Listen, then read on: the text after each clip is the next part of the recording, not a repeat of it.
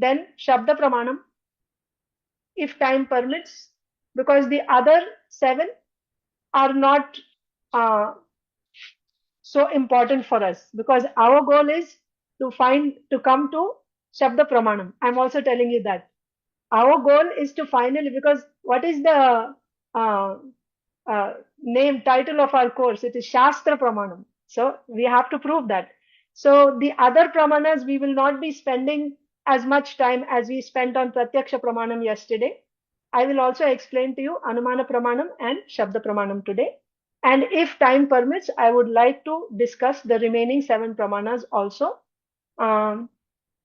So what did we read about Shabda Pramanam? I'm sorry, Pratyaksha Pramanam yesterday. Pratyaksha Pramanam means Pratyaksha Jnana Karanam Pratyaksha Pramanam. That means it is the cause for Pratyaksha Jnanam. Then what is Pratyaksha Jnanam? Indriyartha Sannikarsha Janya Jnanam. Pratyaksha Jnanam. That means Pratyaksha Jnanam means the knowledge which is produced by the contact of the senses with the sense objects. Yes, everyone is with me? Knowledge which is produced by the contact of the senses with the sense objects is called Pratyaksha Jnanam. The next question is, how many types of Pratyaksha Jnanam are possible? So we went systematically.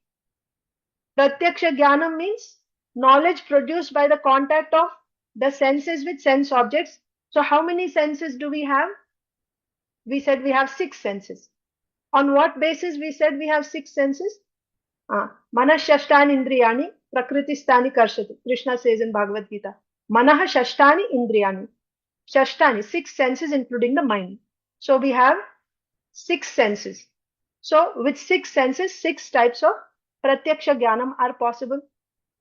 We said there is Chakshusha Pratyaksham, there is Grana or Nasika Pratyaksham, there is Jihva Pratyaksham, there is Twak Pratyaksham, there is Shrotra, ears, Shrotra Pratyaksham, and finally Manasa Pratyaksham. Like this, we said there are 6 types of Pratyaksha Jnanam possible.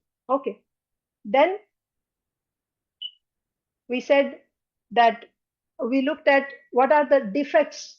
What are the defects in Pratyaksha Jnanam or Pratyaksha Pramanam? What are the defects in Pratyaksha Pramanam? We said there are 4 defects. There is Brahma. Brahma means illusion. There is Karana Patava. Karana Patava means imperfection. The senses are imperfect. Third one is Pramada. Pramada means making mistakes. And finally, Vipralipsa means cheating tendency. These are the 4 defects in a person because of which his knowledge which is produced by direct perception cannot be Yathartha Jnanam all the time. Okay? So, we saw the 4 defects. Then, still you remember the 6 types of Pratyaksha Jnanam. Now further there are more.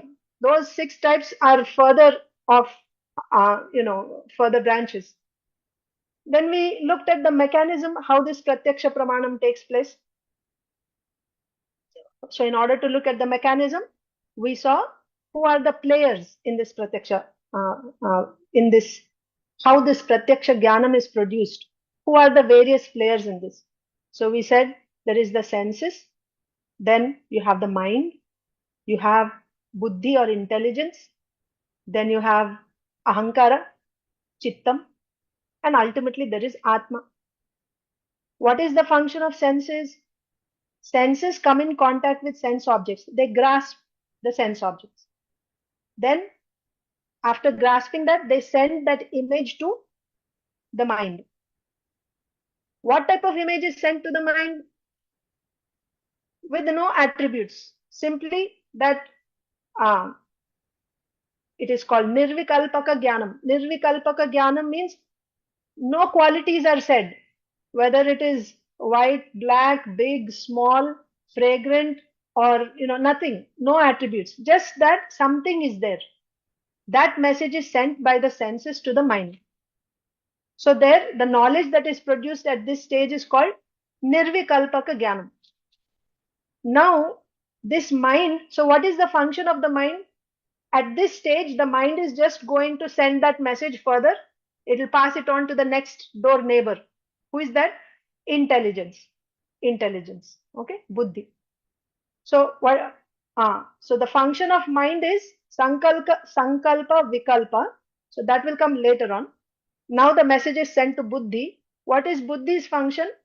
Buddhi's function is nirnayatmakam. It will decide. Okay? And also specific awareness of an object. That is the function of Buddhi. So Buddhi, after it gets this message from the mind, what does Buddhi do? It will look at the chittam. Chittam has what? It has samskaras. All samskaras are stored in the chittam. So the Buddhi will look at the chittam, at the samskaras in the chittam, and it will compare the image which it got from the mind, compare it and see, and the samskaras which are already there in the chittam, it will identify what this object is by comparing with the impressions, the samskaras which are in the chittam. And then it will decide, oh, this object, for example, if it is a jalebi, it will decide the object that the eyes have seen, or the object, the message that it got, that object is jalebi, like this. And then that message is now sent back to the mind. Because of other samskaras that are there about jalebi in the chittam, now the mind will, now sankalpa vikalpa. In the mind, the knowledge produced is liking or disliking, desiring or hating, like this, that particular object. Then what is the function of ahankara? Ahankara gives the I-ness. I-ness means ego. In relation to the body, the gross and subtle body. Therefore, now the final knowledge produced is, I like this jalebi, I want to eat this jalebi, like that. So this is the pratyaksha jnanam. How this pratyaksha jnanam is produced. So at the stage of mind, the nirvikalpa jnanam is produced. Okay. So nirvikalpa jnanam is produced for all 6 senses. Yes. So chakshusha, then nasika, like that. There are 6 senses. For 6 senses, we said 6 types of knowledge. So 6 types of knowledge. At this stage, you have 6 types of knowledge. That is nirvikalpaka. Now when it is passed on to Buddhi, and Buddhi decides this is jalebi, it is orange in color, it is sweet in taste, it is round in shape. So many attributes are there. So that final knowledge which is produced by that Buddhi, and that knowledge is called savikalpaka. Savikalpaka knowledge means, savikalpaka jnana means knowledge of that object with all its attributes, with all the qualities. So now once again there is 6 types of knowledge. Savikalpaka, right? Chakshusha, then you have nasika, like this, totally 6 types. So now we have 12 types of pratyaksha jnanam. Okay. Then we also saw towards the end of the class, these 12 types are again of 2 types. Pratyaksha jnanam means the knowledge which is derived by the contact of the senses with the sense objects. Okay, that is pratyaksha jnanam. Now, depending on the person who is getting this knowledge, there are 2 types of people in this world. There are vidushas and avidushas. Vidusha means liberated people, liberated persons. Example, Vyasadev, Sukadev Goswami, Narad Muni, these are vidushas. So, the knowledge which is derived by the vidushas with their senses, that knowledge is always yathartha jnanam. It is always yathartha jnanam. That's called vaidusha pratyaksha pramanam. So now, vaidusha pratyaksha pramanam, how many you have? Now this Vaidusha Pratyaksha Pramanam, 6 types. And again in that you have Nirvikalpa, Savikalpa. So 12 types of Vaidusha Pratyaksha Pramanam are there. Then there is another category of people who are not Vidushas. Who are they? That is all conditioned souls. All conditioned souls. So conditioned souls also have pramanas. They also get knowledge. The knowledge that they get is sometimes yathartha, sometimes not yathartha. Yes? Sometimes yathartha. How? Because if I look at my phone, I get the knowledge this is phone. So this is yathartha jnanam. I'm seeing it for what it is. But sometimes I look at a rope and I think it is a snake. So my eyes are giving sometimes yathartha jnanam, sometimes ayathartha jnanam. Similarly, all my senses also, sometimes they give me yathartha jnanam, sometimes they give me ayathartha jnanam. Like this we discussed about pratyaksha pramanam yesterday. Further, we will discuss about this more. There's more discussion that will come. For now, this much is sufficient for about Pratyaksha Pramanam. Next, today we will be discussing Anumana Pramanam, the second type. Let me.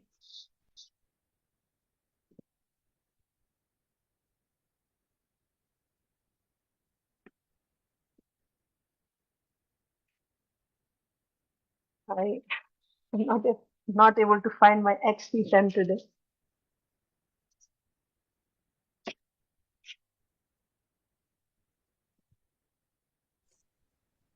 So, Prabhuji, are you able to draw for me?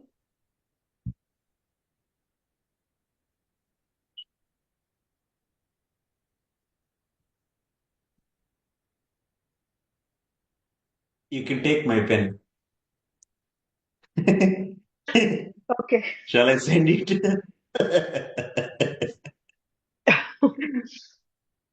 Mataji, you are very nice. Huh? You are not keeping your pen with you like a children.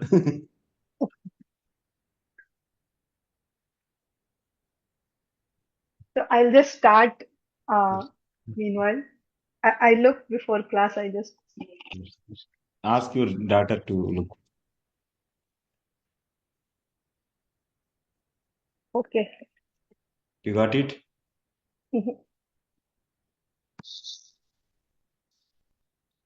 One second.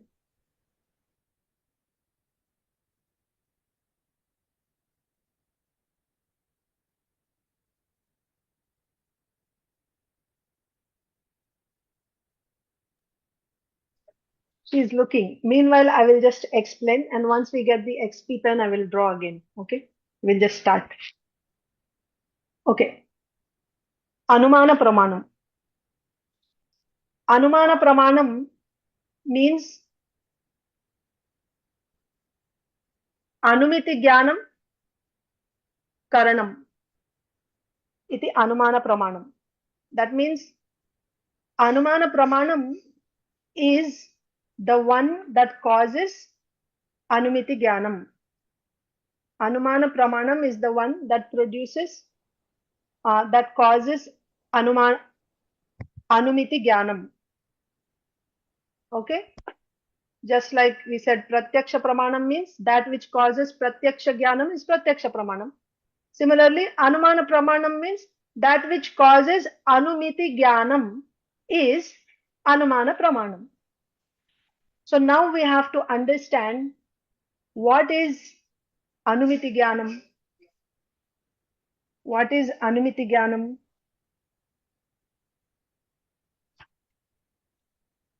For this, in order to understand this, we'll have to look at a story. There is a boy called Devadatta. So always in Shastra, we will find this name Devadatta. For any example, he is the famous boy. So Devadatta, he goes into the kitchen every day. So this is like the, and in the kitchen, what do you find? There's a stove, a wood stove, not a gas stove like nowadays. This is in the villages where you put sticks inside a wood stove. So he went into the kitchen and he noticed that the stove is lit, it is on fire, and there is smoke coming out of that stove.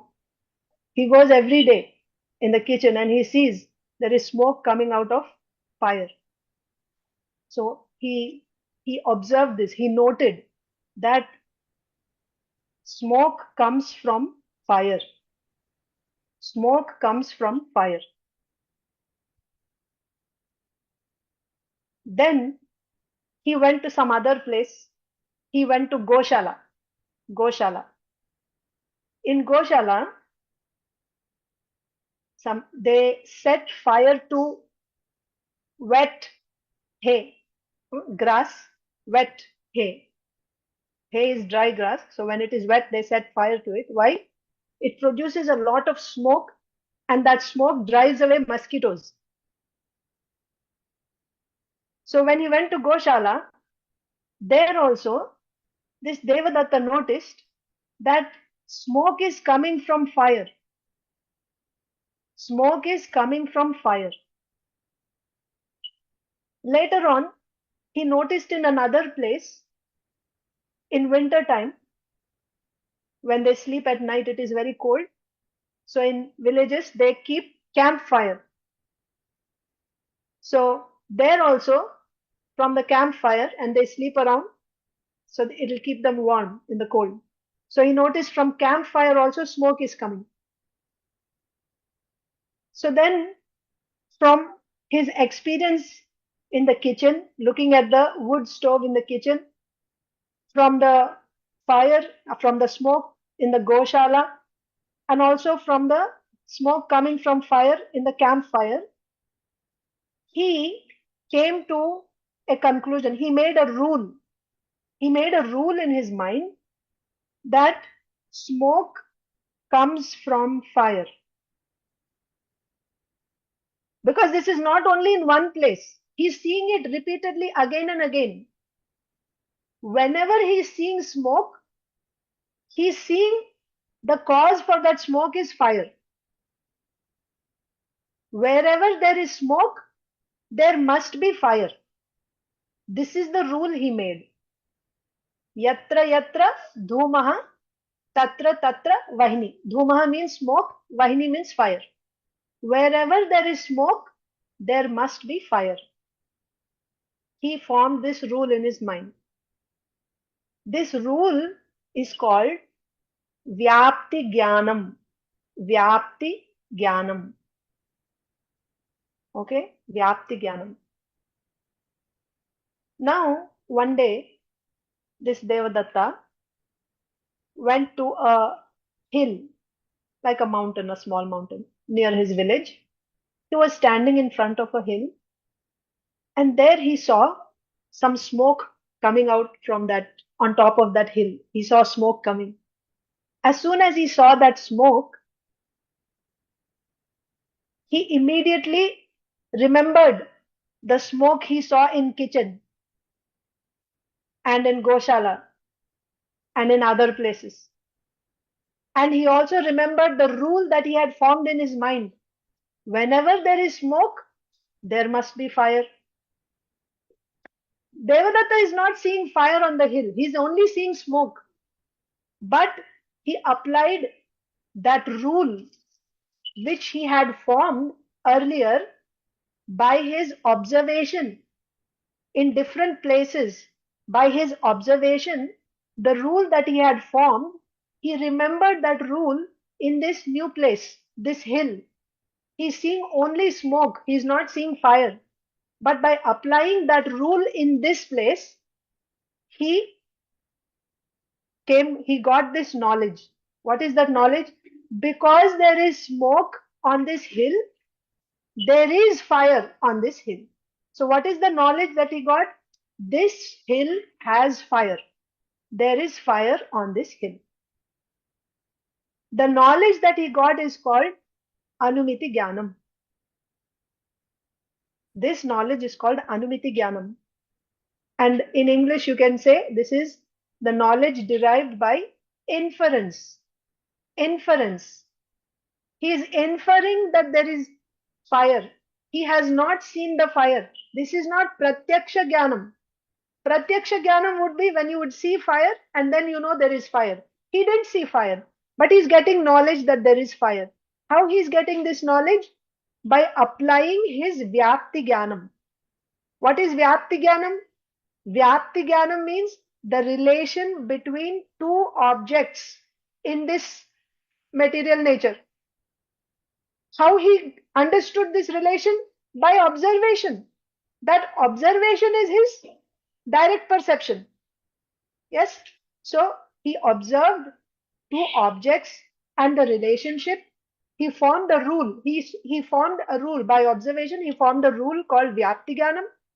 And by applying this vyapti jnanam, now he is getting anumiti jnanam. So this is anumana pramanam. What is anumana pramanam?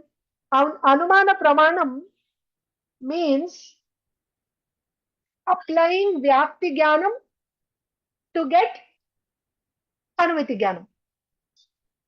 Applying vyapti jnanam to get anumiti jnanam. That is called anumana pramanam. Okay? Everyone is with me? No questions on this? About anumana pramanam? Clear? Okay. Again, Mataji, Padma Keshavi Mataji, repeat. Okay. So, this Devadatta noticed in the kitchen that when he saw smoke coming from fire, he saw in other places in Goshala also, smoke comes only from fire.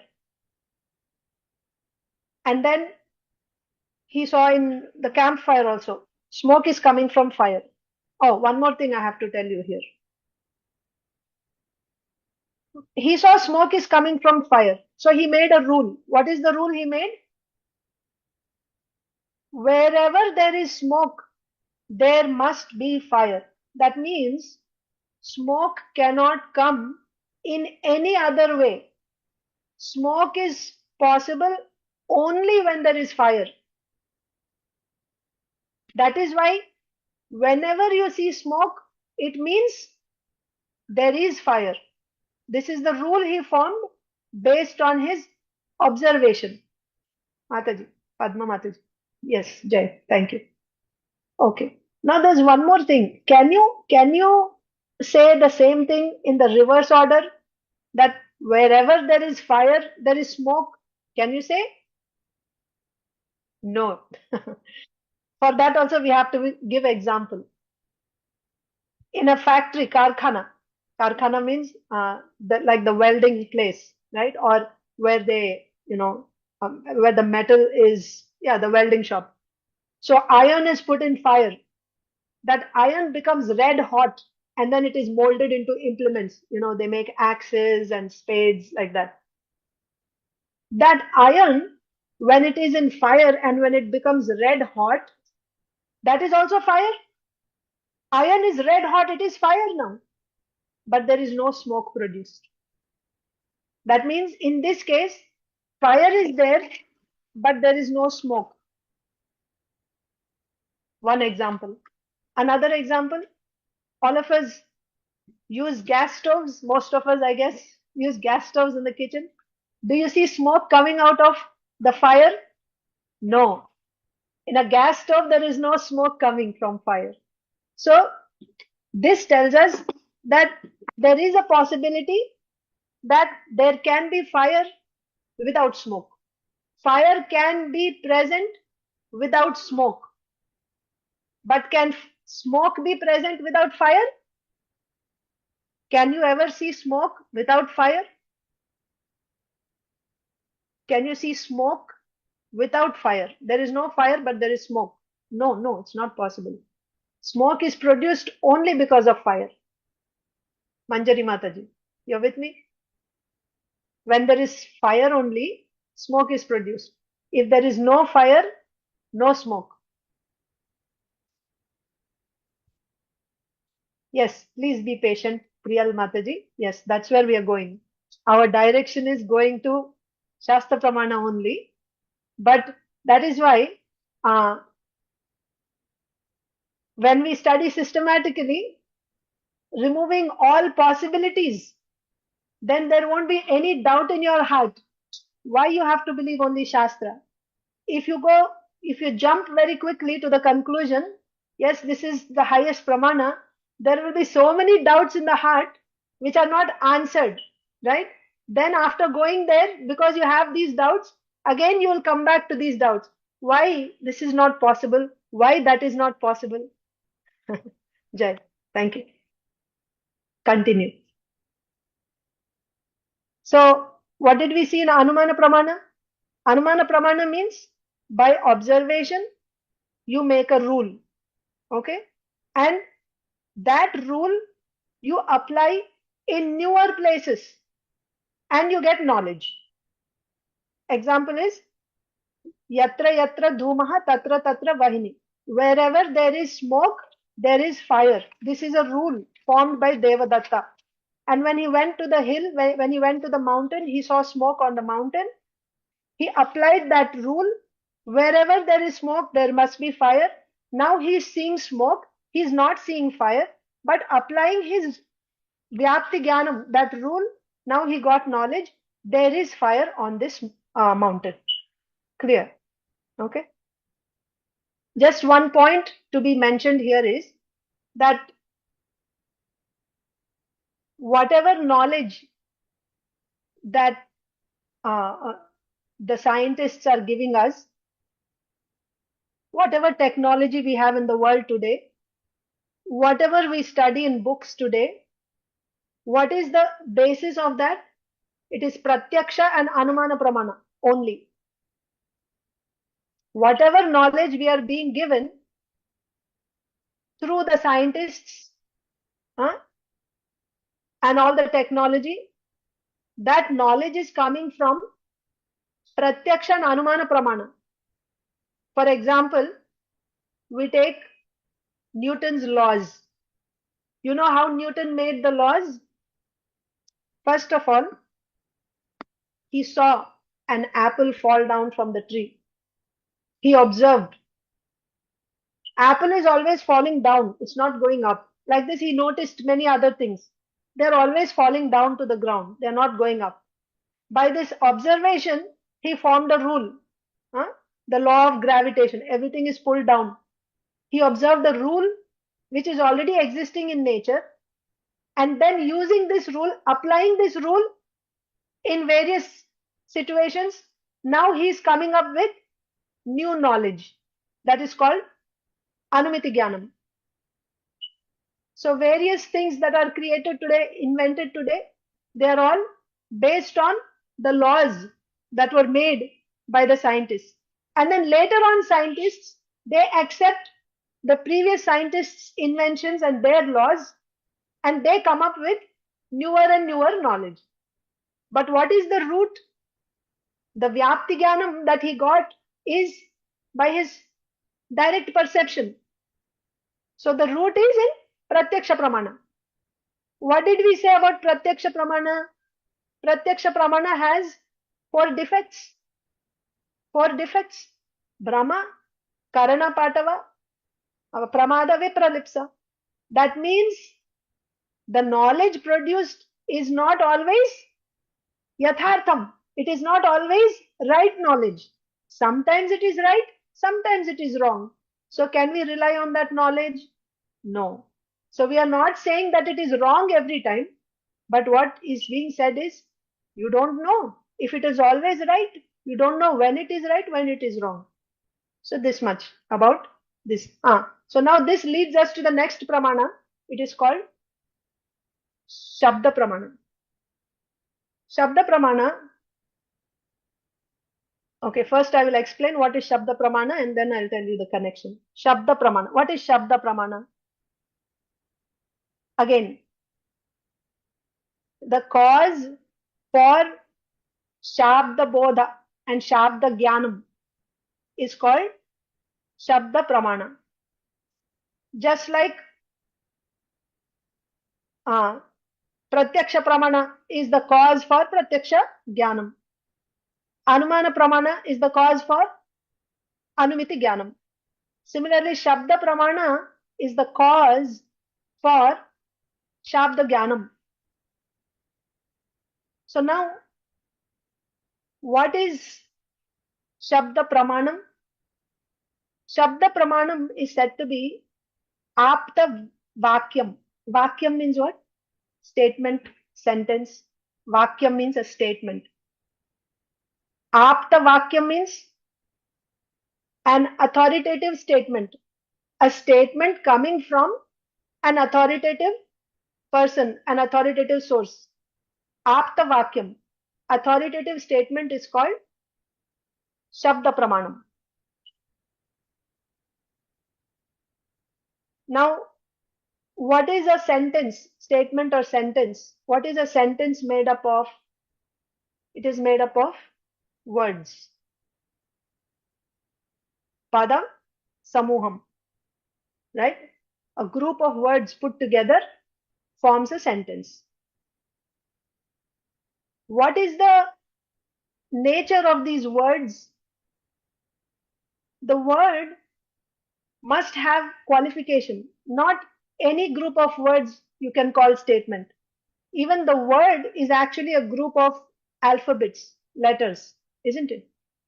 Can you call any group of alphabets a word? No, right? If I say CTDC, what does it mean, right? But if I say CAT, it has a meaning, yes? I say WATER, it has a meaning, water. So not all collection of alphabets is a word. Word means what? Word means it should have the potency to indicate an object. Word means it is a collection of alphabets, but it has the potency to indicate an object. So when I say water, what happens? As soon as you hear water, immediately you understand water means, oh, the liquid, right? Which flows, which quenches thirst. That object. So this word has the potency to indicate that object. That is called a word. Not just any collection of alphabets. You cannot call that a word. Now you may ask, how these words have this potency? Who put that potency? So these words are actually there. In English, I'm telling you water, but actually all the words are there. Originally, they are anadi. Okay. That's why we will discuss this again. Later on, this topic will come. I was just trying to tell you that the words have these potency. They're coming from the Lord. Okay. For now, just remember the potency in the words is coming from the Lord only. These words have those potency. Such words, when they are put together, they form a sentence. So now, what is the procedure? How does one get this Shabda Jnanam? The mechanism, right? How is one getting this knowledge from these authoritative statements? Or what does one need? What does one need to get knowledge from these statements? You need to have some qualification. As soon as you hear a statement, the first thing that happens is you will recall the meanings of the words in that statement. I'll give you an example. I have a small daughter. She says, when you give examples, it becomes clear to me. The examples sit in my mind. So I'll give you an example. Rama went to the forest. This is the statement. Rama went to the forest.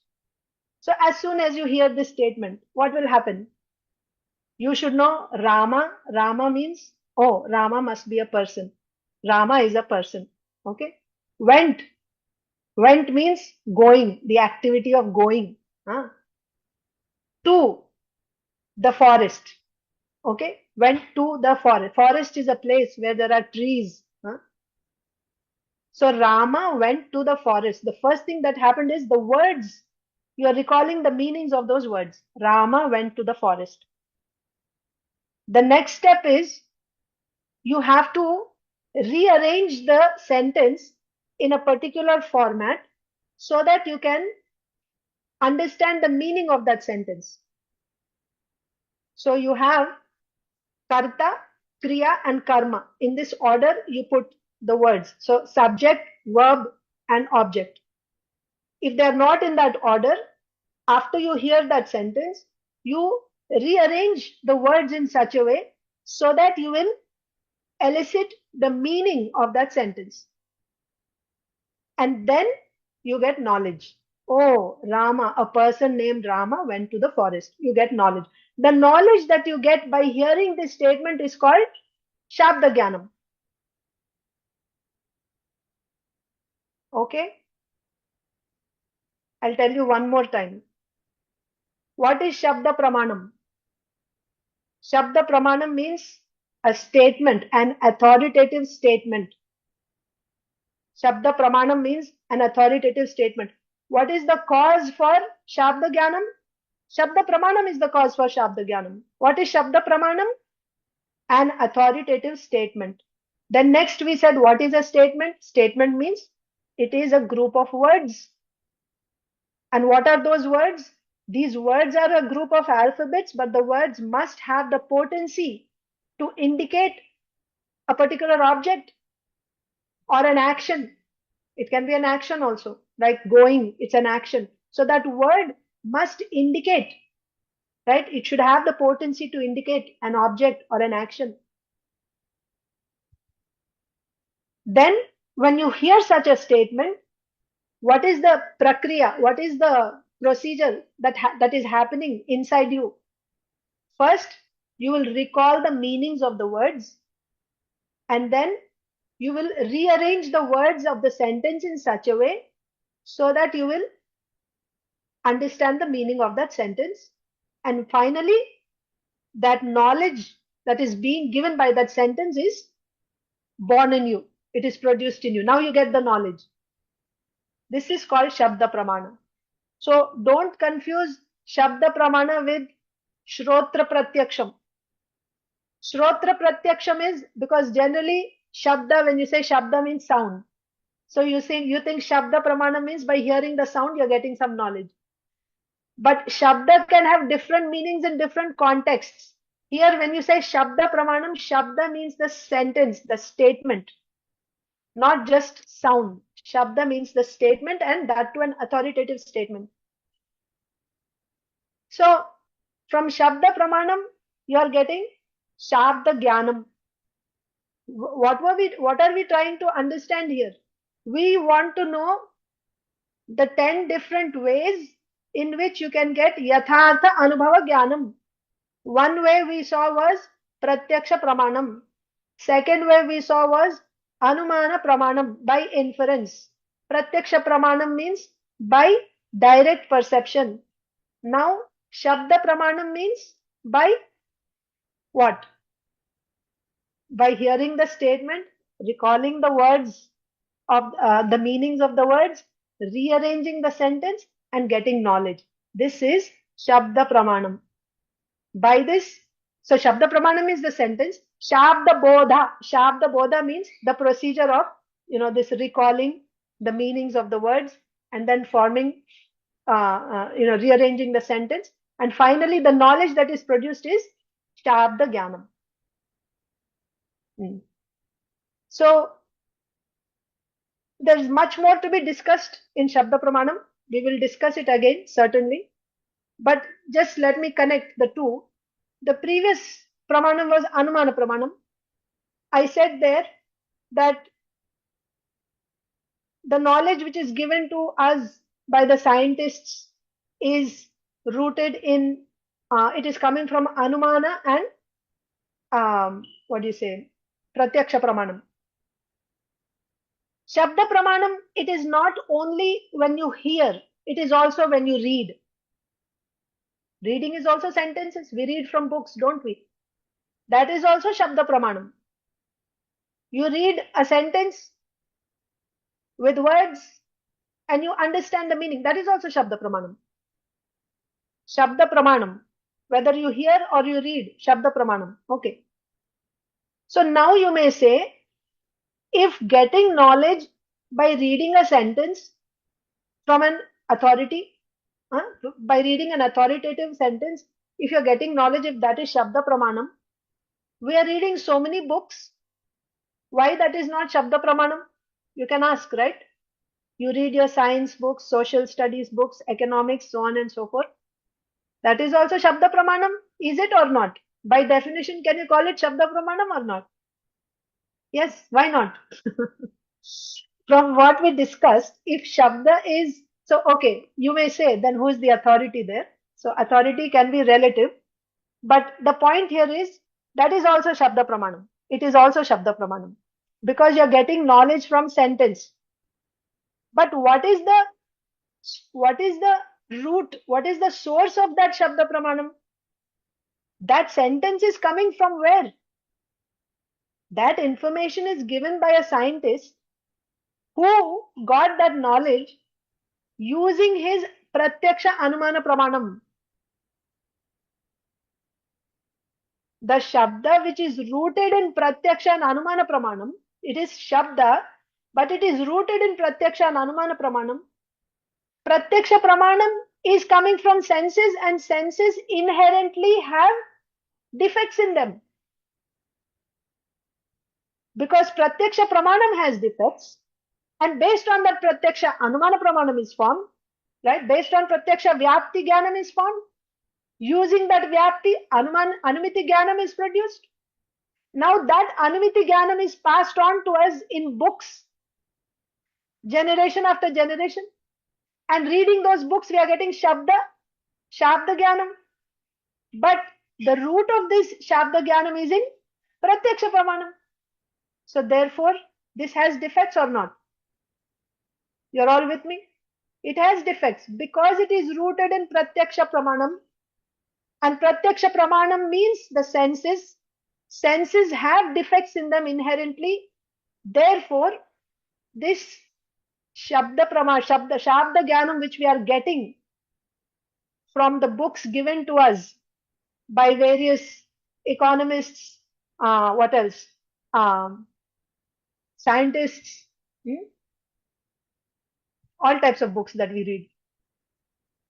All types of books means that which is rooted in pratyaksha and anuman praman.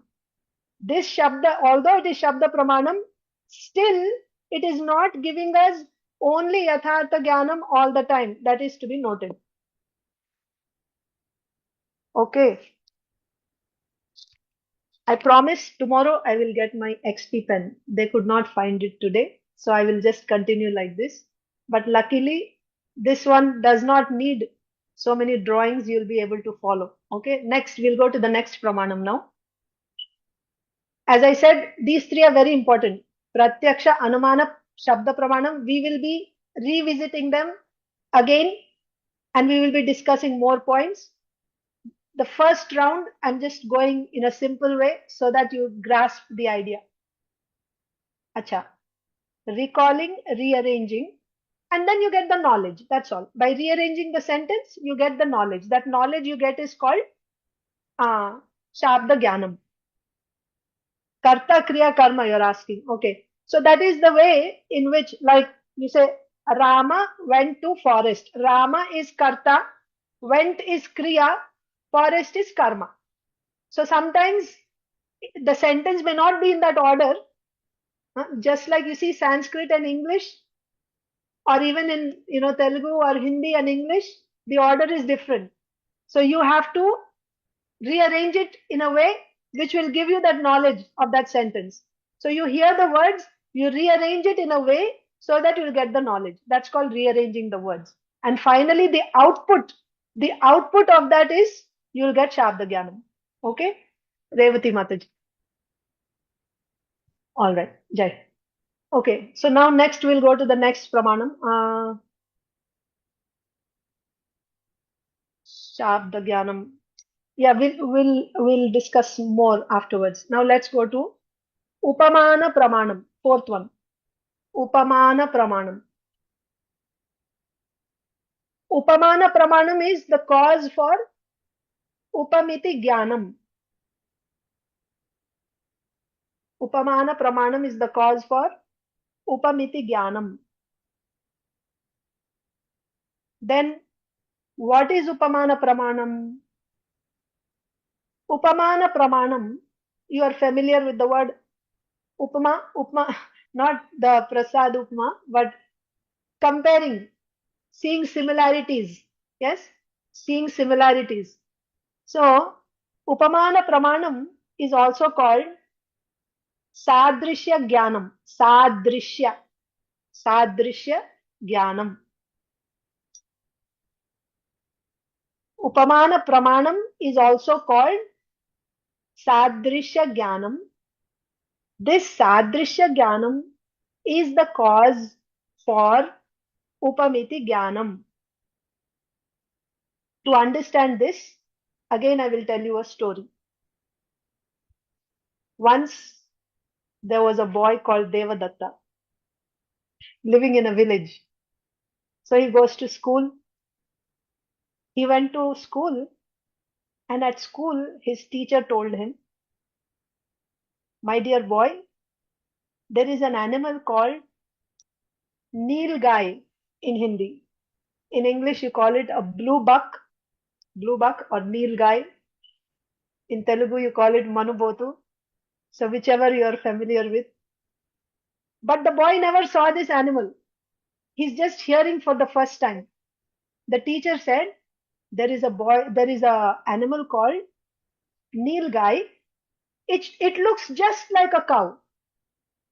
It looks just like a cow, exactly like a cow. The only difference is it will not have a dewlap.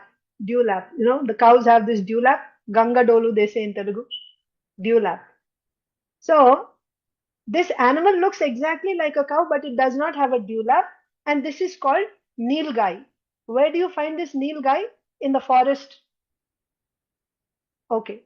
Now, this boy, Devadatta, got knowledge from his teacher about Nilgai. What is the knowledge he got?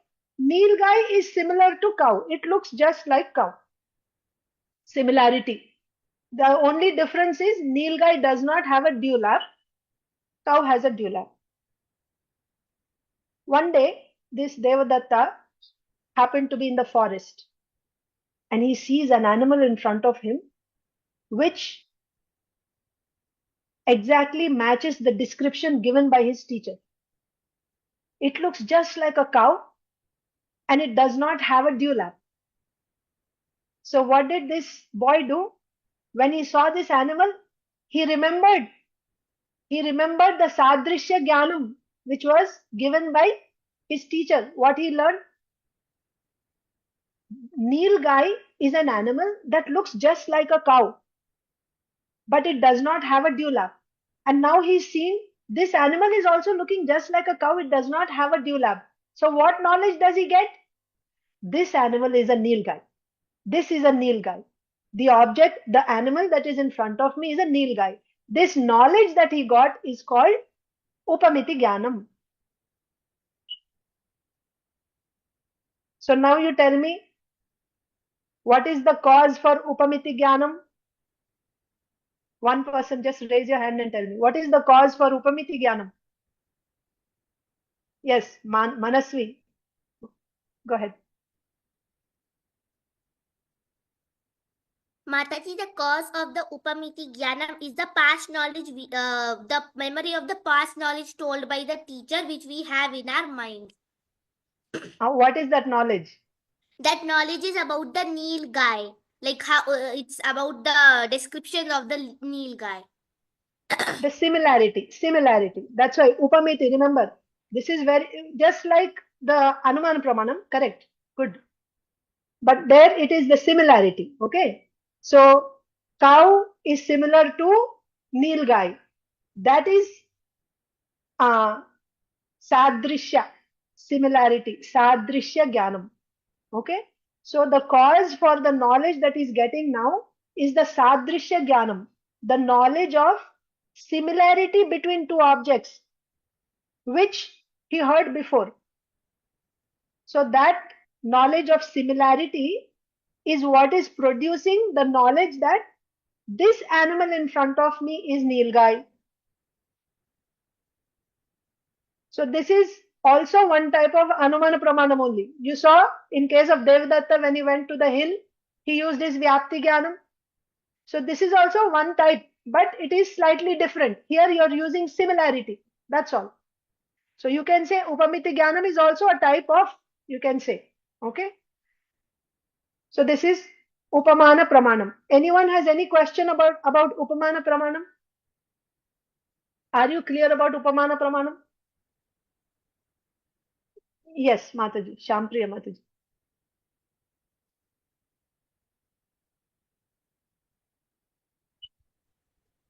Hare, Yes, Hare Mataji, go Krishna ahead. Mataji, Pranam. Pranam, Mataji. Hare Krishna, Pranam Mataji. Mataji, as you said that upamana pramanam gives upamiti. I'm not very poor in pronunciation. Upamiti jnanam. That's what you said, na? Based on what he has heard from the teacher. Yeah. Yeah. So I'm just getting confused with as you previously explained about the shabda pramanam, that is based on the shabda jnanam. Sorry, that is producing shabda jnanam. So that is based on what he has heard before. That is based on the shabda, na? So what is the difference between this shabda pramanam and upamana pramanam? He has I'll also tell you. heard from the teacher. Huh? How you have to think about how the knowledge is produced. In Shabda Pramanam, how is Shabda Jnanam produced? By recalling the meanings of the words and rearranging the sentence. He got the knowledge then and there. When he heard, he got the knowledge. But he must have heard that sentence before also, na? That's why he got the knowledge. No, He before he knew the words. He knew the words before. He knew the words before. He must have heard these words like going, markets. Ram is going to the market. So he must have heard the words market, going, Ram, something like that. So then also he's getting the knowledge. Na? So here also he has heard something from the teacher. That Shabda he has heard. I'm just getting confused how to differentiate between these two pramanam. Yes. So just try to pay attention, Mataji. In Yes, madam. Shabda Pramanam, he is hearing the sentence and he knows the meanings of the words. And he knows the meanings of the words. When he hears the sentence, by recalling the meanings of the words and rearranging the sentence, he's getting knowledge about what is being said. He got the knowledge about what it is. When it comes to upamiti jnanam, yes, he heard from the teacher and he got knowledge. That's right. You can say Shabda Pramanam. To that effect, he heard this sentence. What is the knowledge he got there? The knowledge he got there from the teacher is Nilgai looks like a cow. That's the knowledge he got. Nilgai looks like a cow, but it does not have a dewlap. That is the knowledge he got. Yes, that is Shabda Praman, you can say. Now, when he actually sees a Nilgai, which he had never seen in his life before, recalling the knowledge that he received from the teacher that Nilgai looks like a cow, recalling that and applying that to the object in front of him, now getting the knowledge that this animal is a Nilgai. That is upamiti jnanam. The object that is in front of me, this is Nilgai. This is upamiti jnanam. Clear? So in the Shabda Pramanam, he is not applying that knowledge to the object. Where is the object there? He's just hearing. He's not seeing anything in front of him. Okay. That is the difference, that he's applying it to some object, but in that he is not applying. He's just hearing and just recalling, rearranging the meaning of the words. Okay. Yes. Okay. Thank you. Okay. All right. Thank you. So yes, Madhu. If you have questions about this, what we discussed, just further at the end of the session, we'll have more questions. I'm just asking, is upamiti jnanam clear to you? If you have any question about upamiti jnanam, you can raise your hand. For further questions about, other questions We'll have a lot of time at the end. Okay. Okay. Tamil Selvi Mataji. We have more pramanas to cover today. I have to end on time also. Yes. Namaskaram. Vyapti Ganam, could you please tell me? Yes, Mataji. Vyapti Jnanam. Yes, Mataji.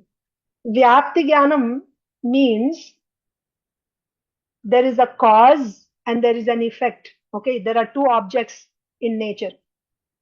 One object is hetu, it is the cause, and the other object is the effect.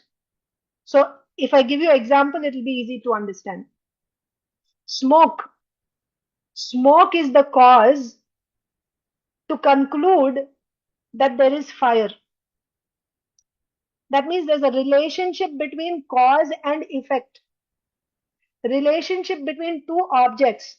One object is serving as a cause and the other object is serving as the effect of that cause. So what is the cause here? Smoke. When you see the smoke, when you see the smoke,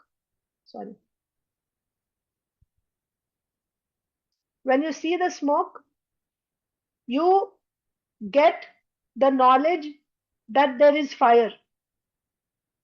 Okay, no, you're asking about vyapti. Vyapti. Let's stay at vyapti. Vyapti means the relationship. Whenever there is smoke, it means there is fire also. Because smoke cannot come in any way other than from fire. So this relationship between the cause and effect is called vyapti. The relationship between cause and effect. Two objects in nature. There are two objects. One is serving as cause and the other is serving as effect. What is the cause? Smoke. When you see smoke, it tells us that smoke is coming from fire because smoke cannot come from any other source. Now, can you reverse it?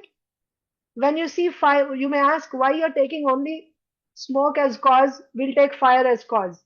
So when I see fire, can I conclude that there will be smoke? No, you cannot conclude because there are situations where fire is there but there is no smoke. So this relationship between two objects which is formed as a result of observation in nature is called vyapti jnanam. Tamil Selvi Mataji, is that clear? Yes, Mataji. Yes, Mataji. Thank you. Thank you. Vatsala Mataji. Thank you, Mataji. My understanding from here is we always think sabda means sound. That is our biggest problem. Maybe sabda can be a statement, a reading statement, right? Yeah, that's what it means here. It's a statement. Shabda is an authoritative statement. So, but in our, the collected information, our mind always thinks sabda is sound, mridanga sound, flute sound, veena sound, all kinds of instrumental sounds. So maybe because of that, we always assume sabda means sound, and we don't think about the valid reading statements, authoritative statements. Yes. So Shabda has, as I said, in different, not just Shabda, words have in different contexts, they will have different meanings. So when we talk about pramanas here, Shabda pramana means we should only take it as a valid and authoritative statement. Authoritative statement. Yeah, I think because we, and also can you give another example? I don't understand this blue buck. I'm not too familiar with the Hindi wording or any other Telugu wording. Could you give another English, another example? Ordinary example, so we all can understand, because not everybody can understand Telugu or another language, anything. So even though it doesn't matter. The language is not the point here. The point is a person who has never seen, let's say broccoli. Okay, you're from a village in India. You have never seen broccoli, and someone tells you, your uncle who's visiting from America tells you, broccoli is a vegetable which looks just like cauliflower, only it is green in color. You have never seen broccoli in your life. You have seen cauliflower, but you don't know what broccoli looks like. Then you one day come to America or maybe in a city in India nowadays you get broccoli. Then you see, and as soon as you see, Arey, this looks like cauliflower, but it is green. I've never seen a green, dark green cauliflower. And immediately you will remember the comparison, the knowledge that is called sadrishya jnanam, similarity, that you heard from your uncle. This must be broccoli. The vegetable I'm seeing in front of me is broccoli. How you got that knowledge? How could you identify that vegetable as broccoli based on the knowledge that you heard before? Was that helpful? Yes, Mataji. Thank you very much. Yeah, I do understand. I can find different similarities. Thank you. Thank you. Hare Krishna. Appreciate that. Okay, Thank so, you very much. yes, Hare Krishna. Okay, so let's continue now. So everyone is clear with upamana pramanam. Next is arsa pramanam. Arsa. Arsa pramanam. So these we can go quickly. Arsa pramanam means the sages, various sages who have perfected their lives by their sadhana. They are giving us knowledge through their statements. Various sages are giving us knowledge, perfected beings, various sages, they are giving us knowledge through their statements. These statements given by these sages are called arsa pramanam. Arsa pramanam. Like we read in pratyaksha pramanam, we read about vaidusha pratyaksham. Remember? Vaidusha pratyaksham means what? The liberated souls. So by their pratyaksham, they get knowledge. Now they pass on that knowledge to the people in general through their statements. So this Arsha Pramanam is just like Shabda Pramanam. Statements coming from the sages. That is why these are, you can say sub branches or different varieties of Shabda Pramanam, you can say. But here specifically it is coming from sages. The statements coming from the sages, perfected sages, liberated beings. That is called Arsha Pramanam. And this Arsha Pramanam gives us Arsha Jnanam. So we are looking at the 10 different ways in which we get Yathartha Anubhava Jnanam. So this Arsha Jnanam you are getting through Arsha Pramanam. Okay. So we have covered 5 pramanas so far. Pratyaksha, Anubhava, Shabda, Upamana, Arsha. Next is arthapatti. Arthapatti. So today morning, Prabhuji, Venugopal Prabhu has shared some documents in the group. So if you look at the first one, Anucheda 1, all these are listed there. Of course, I'm also going to share with you my notes. So you'll have that. For now, you take notes, whatever you're able to take, and try to understand the concept. Arthapatti means, in simple words, presumption. Presumption. What is presumption? Presumption means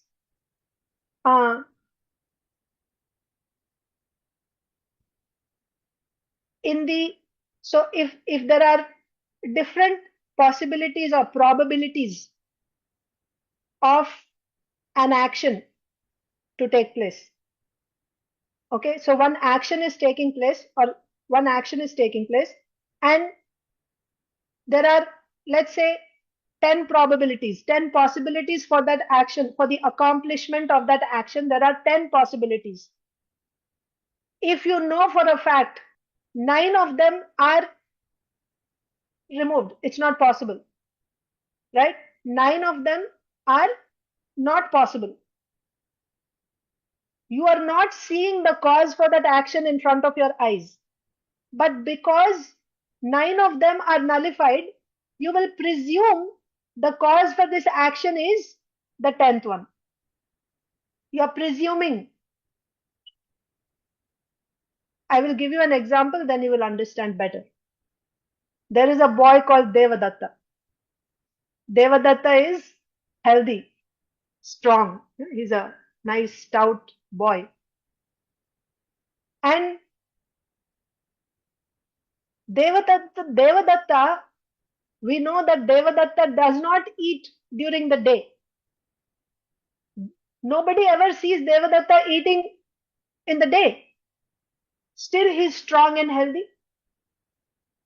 So how can a person become fat and strong when he eats good food? If somebody is not eating any food, is there any possibility for him to become fat and stout? No. But we know he is not eating during the day. Then what will be your conclusion? Manjari Mataji, what is your conclusion? Night. Yes. He's eating in Because night. he's eating in night. Correct. So you're presuming you didn't see him eat in the night. You didn't see Devadatta eating in the night. All you're seeing is he's healthy and strong. And you're not seeing him eating during the day. Then you presume he must be eating in the night. Otherwise, how he's strong? I'll give you another example. You go to your friend's house and you ask for your friend, and her mother says she's not at home. Let's say your friend's name is Lata. Is Lata at home? No, she's not at home. Now, you know Lata is still living. She's not dead. And she's not at home also. Then what will you think now?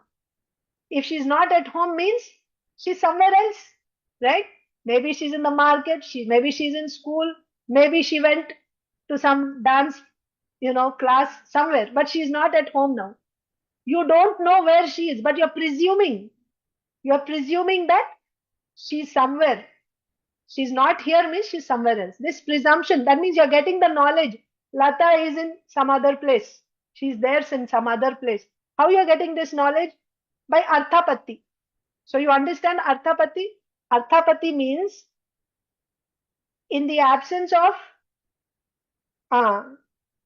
possibilities, right? For the accomplishment of an action, when all possibilities except one are absent, you presume the only available possibility. This must be the cause for this action. This is called arthapatti. So you are presuming means you're getting knowledge about an object. You're getting knowledge. How you're getting? By presumption. So arthapatti is also a type of anumana pramana, isn't it? In anumana pramana, you're inferring that you're not seeing fire, but you're inferring there is fire on the mountain. In upamana pramana also, you're seeing you've never seen this animal before, but now you are inferring that this animal is a nilgai. And similarly in arthapatti also, you are seeing that Devadatta is fat. You've never seen him eating, but you are inferring that he must be eating in the night. So all these three are Anuman Pramana or not? Similar to Anuman Pramana.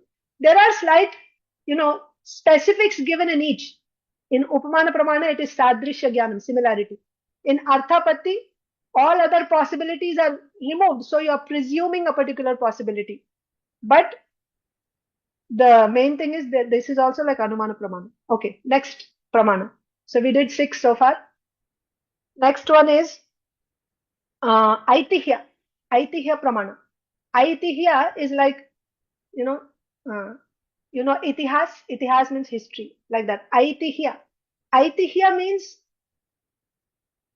this is again a statement, like Arsha Pramana is a statement by sages. This is also a statement which is said by some unknown person in the past. You don't know who that person is. Some unknown person in the past has said a statement. That statement got passed down through parampara, generation after generation, by word of mouth. And now you get knowledge about an object based on the statement that was said by some person in the past. This is called Aitihya Pramanam. I'll give you an example. In a village, there is a banyan tree. And banyan trees are very old. They can be 500, 600, 700 years old. So, some time before, we don't know who that person is. Some person said, there is a ghost on this banyan tree. Nobody should go there. There's a ghost living on this banyan tree. Since then, For the past 500 years in that village, nobody goes to that tree. Oh, there's ghost on this banyan tree. You have not seen that ghost, but you get knowledge there is ghost on this banyan tree. How you are getting this knowledge? By parampara. That information was passed down in parampara. You don't know who said it. Arsa pramana means it's given a particular sage. This sage gave this, right? But this pramanam is like, let's say, Sukadev Goswami said in Srimad Bhagavatam. You know who said, right? This statement is said. But here you don't know who said. Who said you don't know. It's just coming down in parampara and you just accept it. This is aitihyacpranam. The next is anupalabdhi. Anupalabdhi.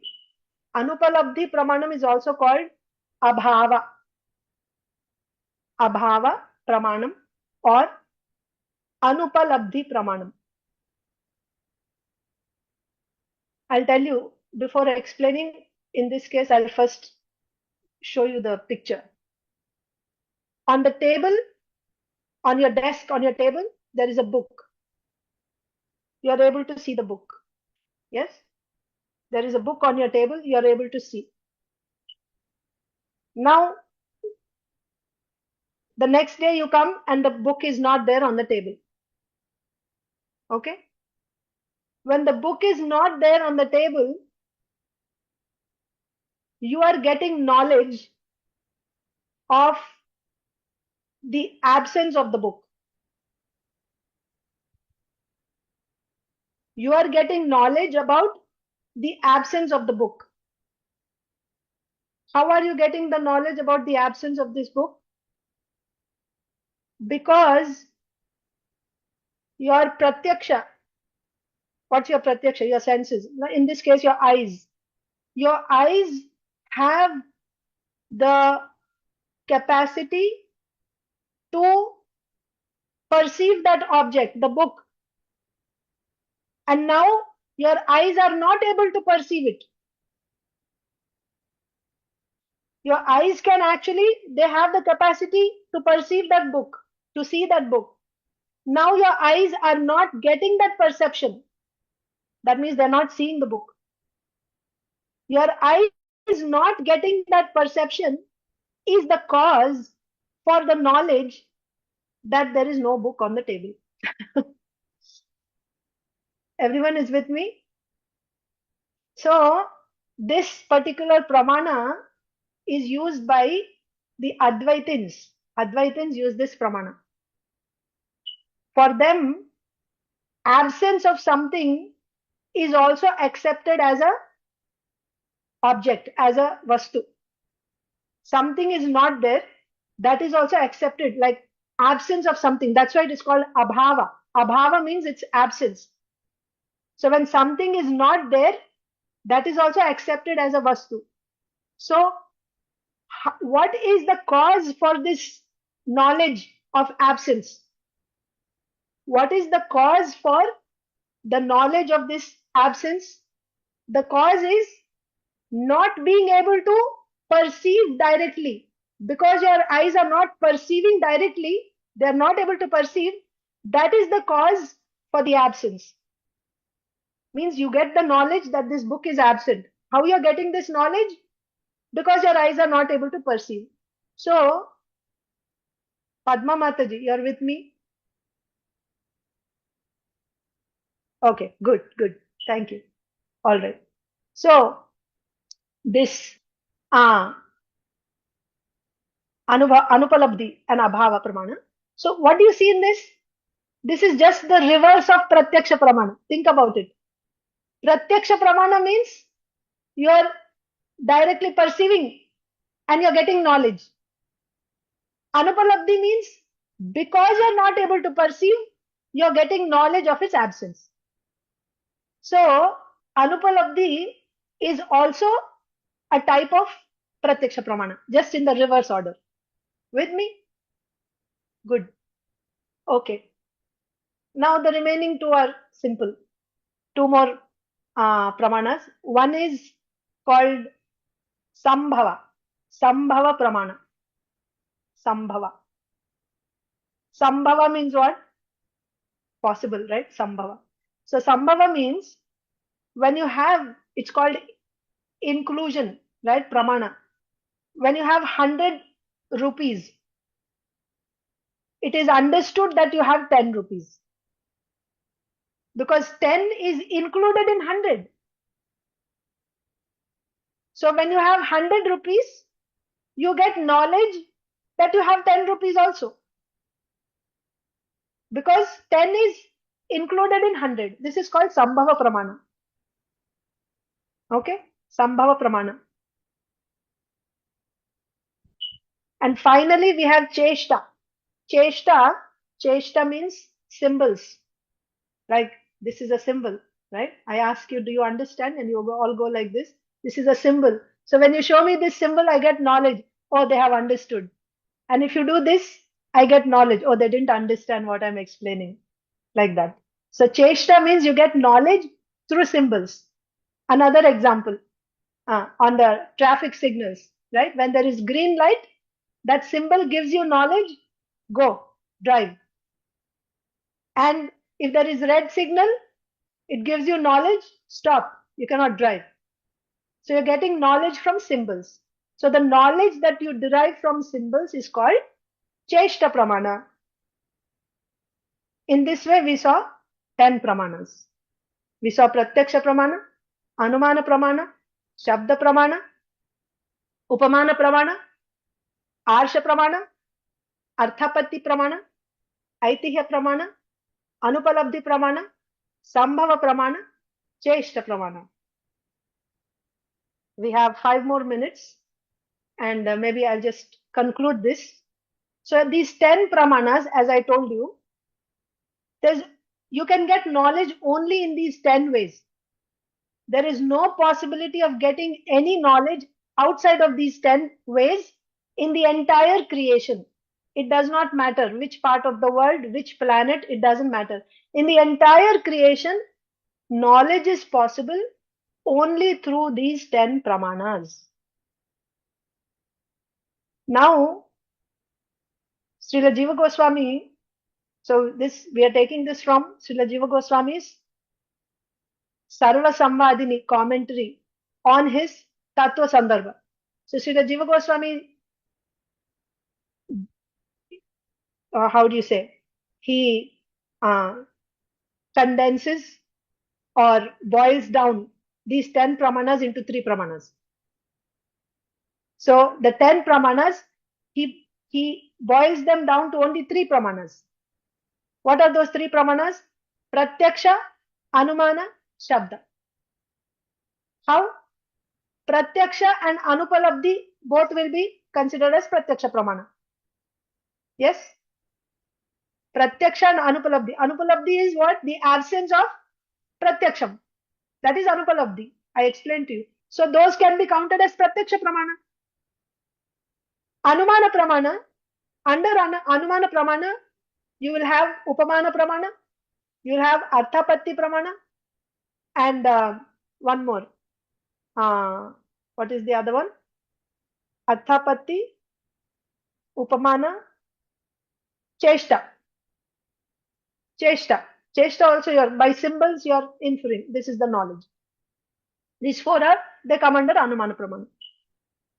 Even sambhava actually. Sambhava also. Because you are inferring, oh, this, if you have 100, then you understand 100 means 10 is also there. So all these are anumana pramana. Then what is remaining? You have shabda pramana. Shabda means statement. So arsa, statement of rishis. Aitihya, statement of some person, unknown person coming down in parampara. So these are shabda pramana only, coming as statements. So therefore, the 10 pramanas can be actually consolidated into 3. Pratyaksha, anumana and shabda pramana. Now, we will actually analyze these 3 further. What is our goal? Our goal is to come to find out that pramana which will give us yathartha jnanam all the time, which is giving us yathartha jnanam independent of other pramanas, and which gives us yathartha jnanam and is able to correct other pramanas when they are giving ayathartha jnanam. So that we will be analyzing in the next class. So I actually ended 2 minutes early. If anyone has any questions, now you can ask. Our Venugopal Prabhu is with us. He can answer the questions. Raj Lakshmi Mataji.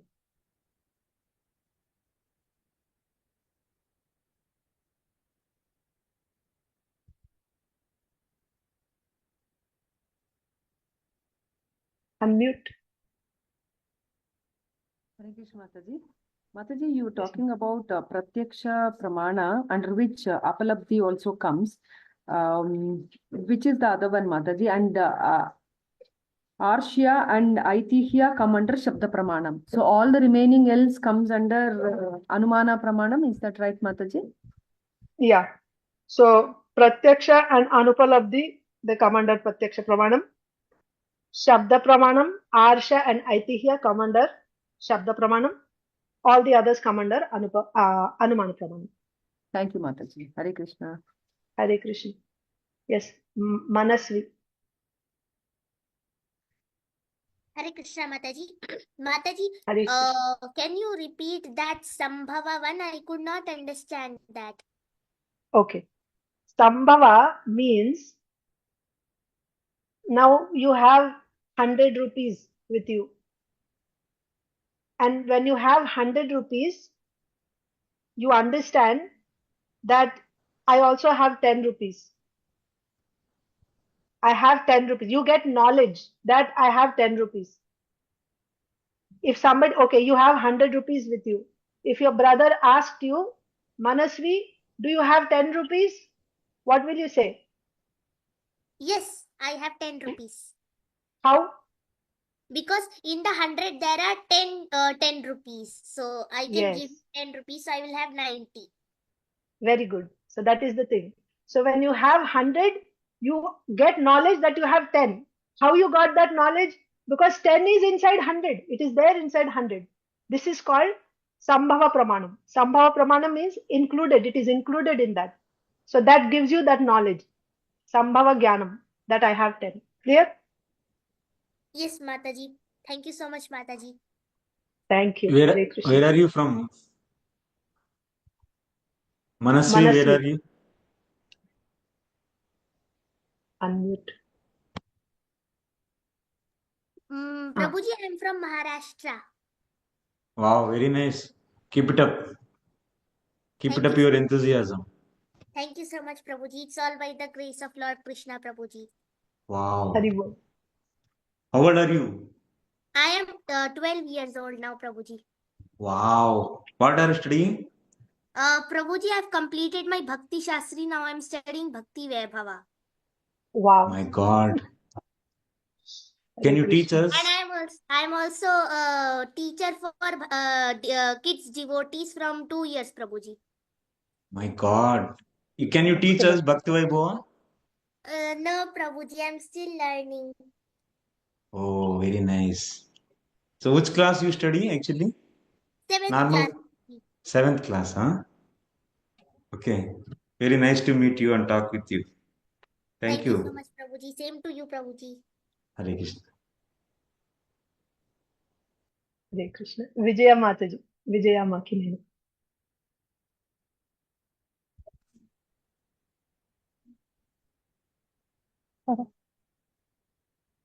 Yes, Mataji, go ahead.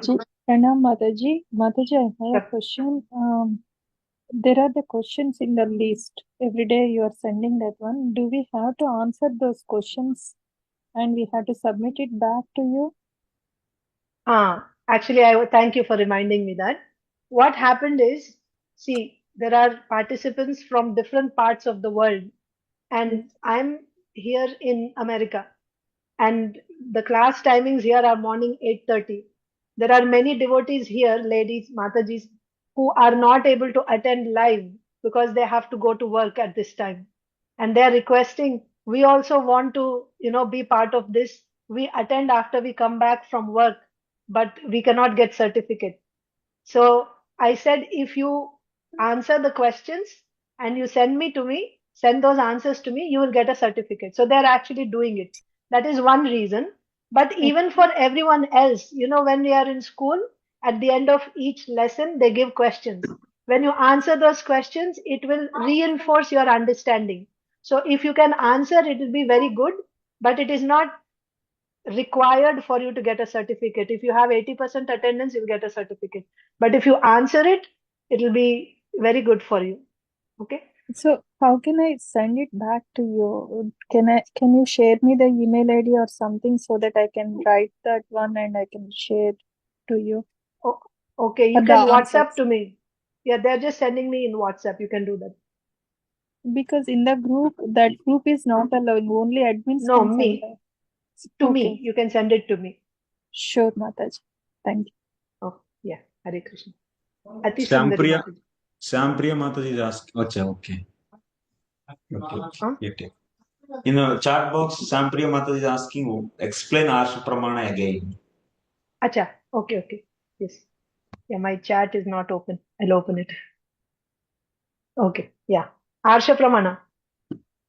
Arsha Pramana means the statements which are given by the sages.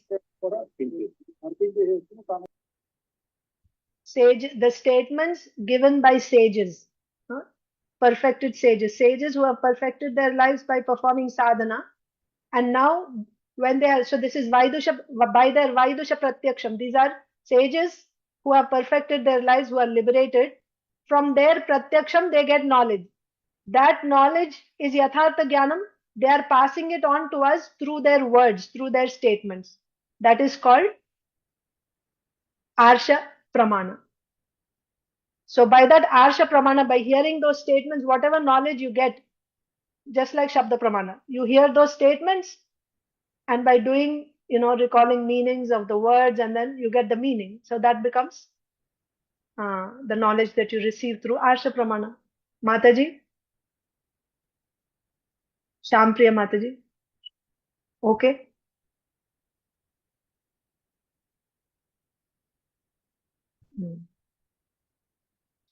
All right. Ati Sundari Mataji. Hare Krishna, Mataji. Mataji, can Yes, you please Mataji. explain that arthapatti pramanam and abhava pramanam again? Again? Okay, yeah. Yes. Arthapatti. Prabhuji, would you like to explain? Venugopal Prabhu. No, not at all. I'm just, if you are able to do, I'm happy with that. So whenever you struck, then I will come. Okay, you carry on. Okay. Arthapatti means, it's called presumption. What do you mean by presumption? When you are not able to see the cause for a particular activity, you're not able to see the cause for that, and you have, let's say, 4 different possibilities which can accomplish that particular action. This activity can happen in 4 different ways, and 3 of them are already cancelled. It's not possible. Those 3 are closed. This action cannot be possible by 3 ways. The only possibility remaining is the 4th one. You are not seeing how that activity is accomplished, but that is the only remaining possibility. You get knowledge that because of that possibility, this action has taken place.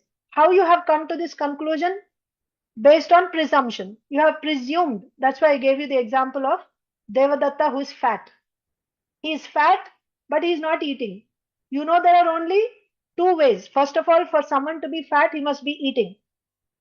Okay? For someone to be fat, he must be eating. Now, eating can be done either in the morning or at night. 2 possibilities. You know that in the morning he is not eating. You have not seen him eat at night. But there are 2 possibilities. One possibility is, it's not happening. Now, the only remaining possibility, you will assume. You will presume that he's eating in night. That is why he's fat. Otherwise, there's no way he can be fat. So this knowledge that you got, what is the knowledge you got? Devadatta eats at night. Devadatta eats at night. This is the knowledge you got. How you got this knowledge? You didn't see him eating at night. You got this knowledge by presumption. Clear? Okay. And the next one was anupalabdhi. Anupalabdhi. So as I said, anupalabdhi means it's also called abhava.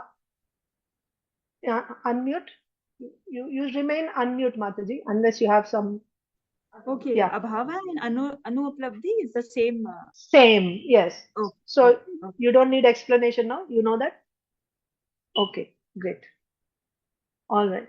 Next is Padma Krishnan, Mataji.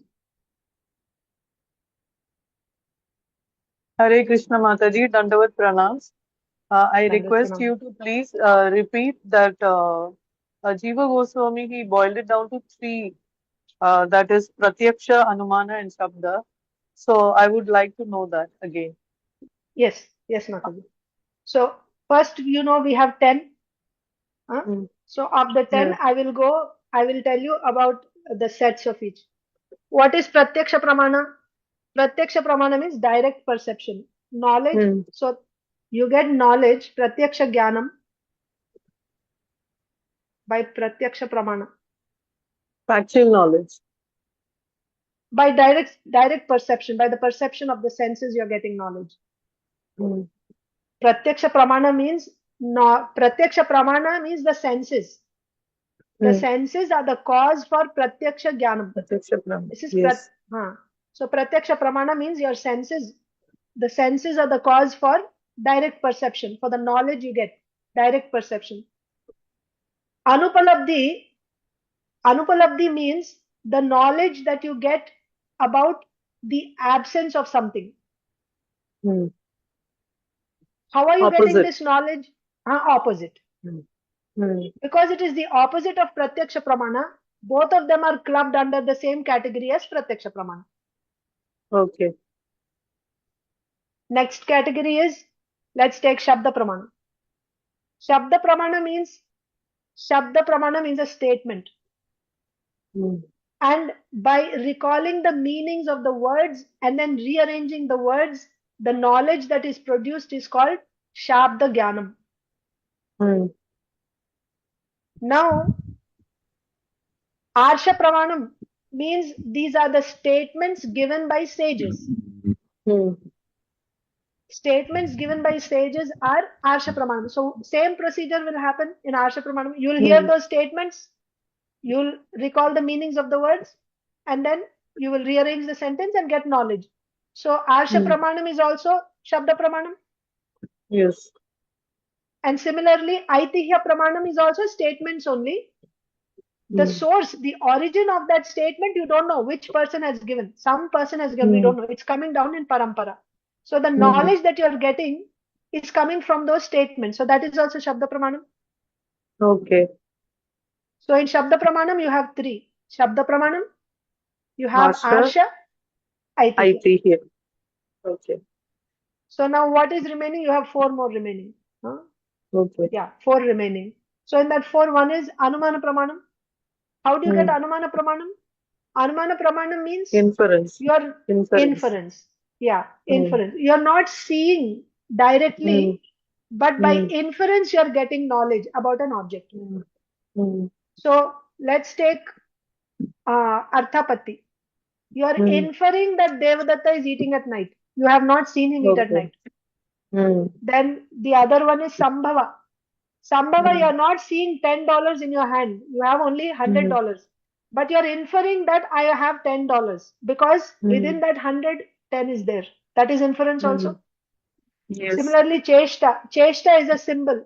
Now, if I show these two fingers, it's just two fingers. But you're inferring from this. This means victory. Or this means I understood. Or this means good. This is inference. So in this way. So anumana, arthapatti, cesta and sambhava. Actually, one more. Upamana also. Upamana is also anumana pramana only. Because that also you are inferring. The animal that you're seeing, you don't know what it is, but by inference you're saying this is Nilgai. Nilgai. So, yeah. Thank you very much, Mataji. Hare Krishna. Yeah, Hare Krishna. Thank you. Arthi Subhakumar. Mataji. Mataji, Dandavat Pranam. Dandavat Pranam, Mataji. Mataji, in anupalabdhi pramanam, you said that the knowledge we get in the end is the absence of, for that example, absence of the book. So, how is that being used by Advaitins? I mean, that knowledge, give an example. And the second question, just now Padma Mataji asked, so I got that question. The arrangement of words. So, I can do an arrangement of my own. Someone else can do another arrangement. So what is the thing that we have to understand by arrangement of words? Sorry, Mataji, if I'm being childlike. Hare Krishna. No, it's good. It's good. Thank you for that question. So here, actually, that's why I was supposed to explain more things, but to keep it simple, I just said that much. I'll say now. So for you to understand the knowledge, it is said that you should know the meanings of the words, and also you have to know how to arrange the words. So you have to know the language. Otherwise, you won't get that knowledge will not be produced in you. You have to know the language. Like Rama went to forest. If somebody said in French, I'm assuming you don't know French. You may be knowing, but I'm assuming. So if somebody said the same sentence, Rama went to forest in French, you would not be able to rearrange the words. You would not be able to recall the meanings. So no knowledge would be produced in you. That is why for Shabda Jnanam to happen, the requirement is you should know the meanings of the words. You should know how to rearrange the words to form a sentence. That is a requirement. If you don't know, that knowledge will not be produced in you. Prabhuji, you want to add anything more to that? Venugopal Prabhu? No, carry on. Okay. No, but I think about abhava, it will be nice if you explain. Mataji is asking about how Advaitins use this anupalabdhi pramana.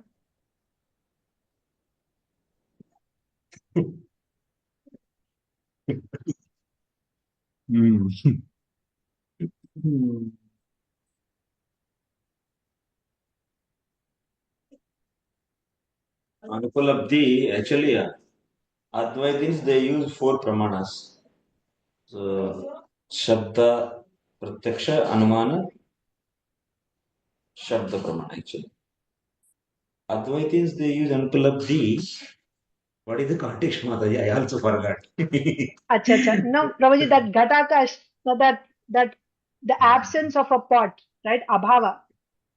So Mataji is asking to explain that anupalabdhi pramana better. So when you see, for them, absence of something is also seen as an object. When let's say on a table there is a book, or in your house there is a pot. When the pot is not present, you get knowledge that the pot is absent. How you are getting this knowledge? You get this knowledge that it is absent because your eyes are not able to perceive it. Lack of perception is taken as a pramana to get knowledge of the absence of an object. This is used by Advaitins. Mataji's question is, how do Advaitins use this in their philosophy? Actually, absence, abhava, that means dravya, guna, karma, samanya, vishesha, samavaya, abhava. So these are the sapta padartha. Dravya, guna, karma, samanya, vishesha, samavaya, abhava. There are the 7 padarthas. Abhava is a padartha accepted by even logicians also, Nayayikas also, Vaisheshikas also. Even abhava is accepted by as a one padartha. So sorry here, Nayayikas they accept, but Vaisheshikas they don't accept abhava as a padartha. But Advaitins also they accept abhava, and we also accept abhava. Absence is also padartha. That means not having pot in the house is also one padartha. So not having pot, that means absence of pot is also padartha. Like that Nayayikas also say. Then in our house, how many padarthas are there? Absence of refrigerator is there, absence of cooler is there, or absence of washing machine is there. This many padarthas are there. So this is the concept actually, accepting the absence of padarthas, but I'm not exactly remembering. Really sorry. So how these Advaitins, I don't know in what context I said there in your lecture. I have to revisit Mataji. It's completely Yeah. out of my mind. Okay, so tell to her, Yeah. so we'll see later. We'll see that later, Artimat, Mataji. So yeah. yeah. I'm not exactly Artimataji would, remembering. I have to rehear my lecture only back and then I will let you. Okay, okay, Prabhuji. okay. Yeah. Hare Yeah, Hare yeah. Krishna. So, Padma, Krishnan Mataji. Actually, Prabhuji Mataji, I just want to clarify. These Advaitins, they actually by negating everything, they come to a conclusion. So is it possible that we say it is arthapatti, where we delete all the possibilities and they come to a possibility? So can it be arthapatti? This What is they do? Abhava. One second, Mataji, yes. So, neti, yes. Not this, not this, not this. The main problem with the Advaitins is their philosophy is they don't want to accept any attributes actually. You know, their main problem is what? Any object is a problem for them. For example, we are all humans, we have a form, human form. Because of this human form, so we are getting the, like you see, like male is getting attraction towards the female and female is getting attraction to the human form. So they see that, okay, now because there is a form, that form is giving attraction for me, and because of that I am getting this some kind of attachment to that form, and that is binding, and that is causing for me the temporary pain and pleasure. So better reject the form. So we don't need to accept any form. And one more thing, they are seeing you. We are all having the form. Body is having a form. This body is having the form, and which is very temporary. And Krishna is also having the form, so that is also temporary. Because my body is temporary, so definitely Krishna's body is also should be temporary. Because any form which is temporary, any form, it is temporary. That means Krishna's form is also temporary. So that's why there is, we should not accept any form. And also they don't want to accept any qualities. Like example, there is a gold, is also one substance, and there is a stone, it is also substance. But now if you start accepting the quality that gold is a best quality than the stone, stoneness and goldness, these two are the two different qualities. So but now you are seeing these qualities and you are seeing among these two, gold is superior, and that is causing for the attachment to that. And why you have to see these qualities? If I see the qualities, that is always creating what? Some kind of attachment and also some kind of aversion, raga and dvesha. So that's why better to nullify everything, better to reject everything, all the qualities, better to reject all the forms, better to reject all the attributes, because there are the attributes. There are so many good attributes and bad attributes in the various objects, which are causing for the sometimes happiness and sometimes distress. So better reject all the qualities, all the forms, all the attributes and everything. Then we will be very peaceful. And what is that object? That is nothing but Brahman. That means Brahman is completely is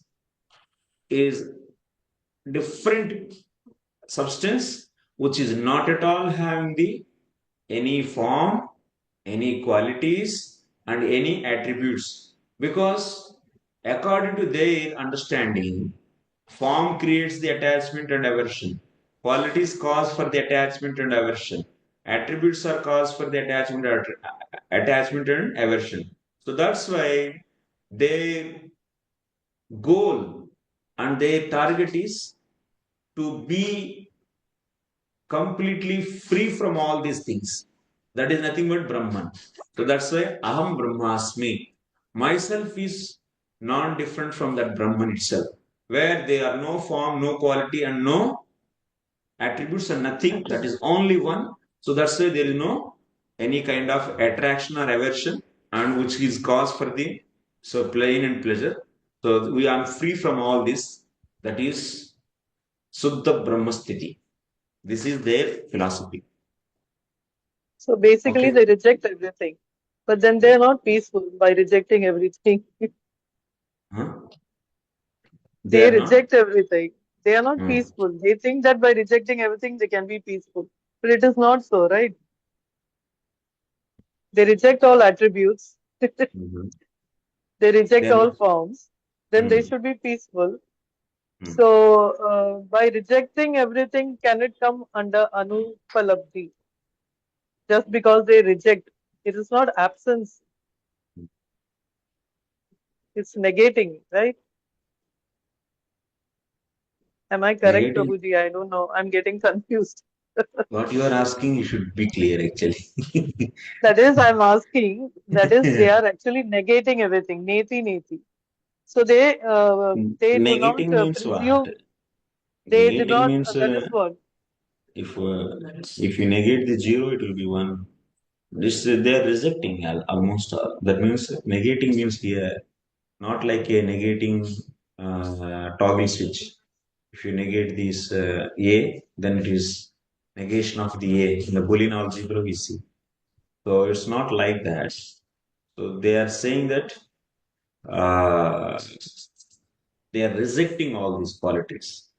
And this is not iti. That means not this, not this, not this, not this. That means this is not Brahman, this is not Brahman, this is not Brahman, this is not Brahman. So All this these will come qualities. under which Praman, Prabhuji?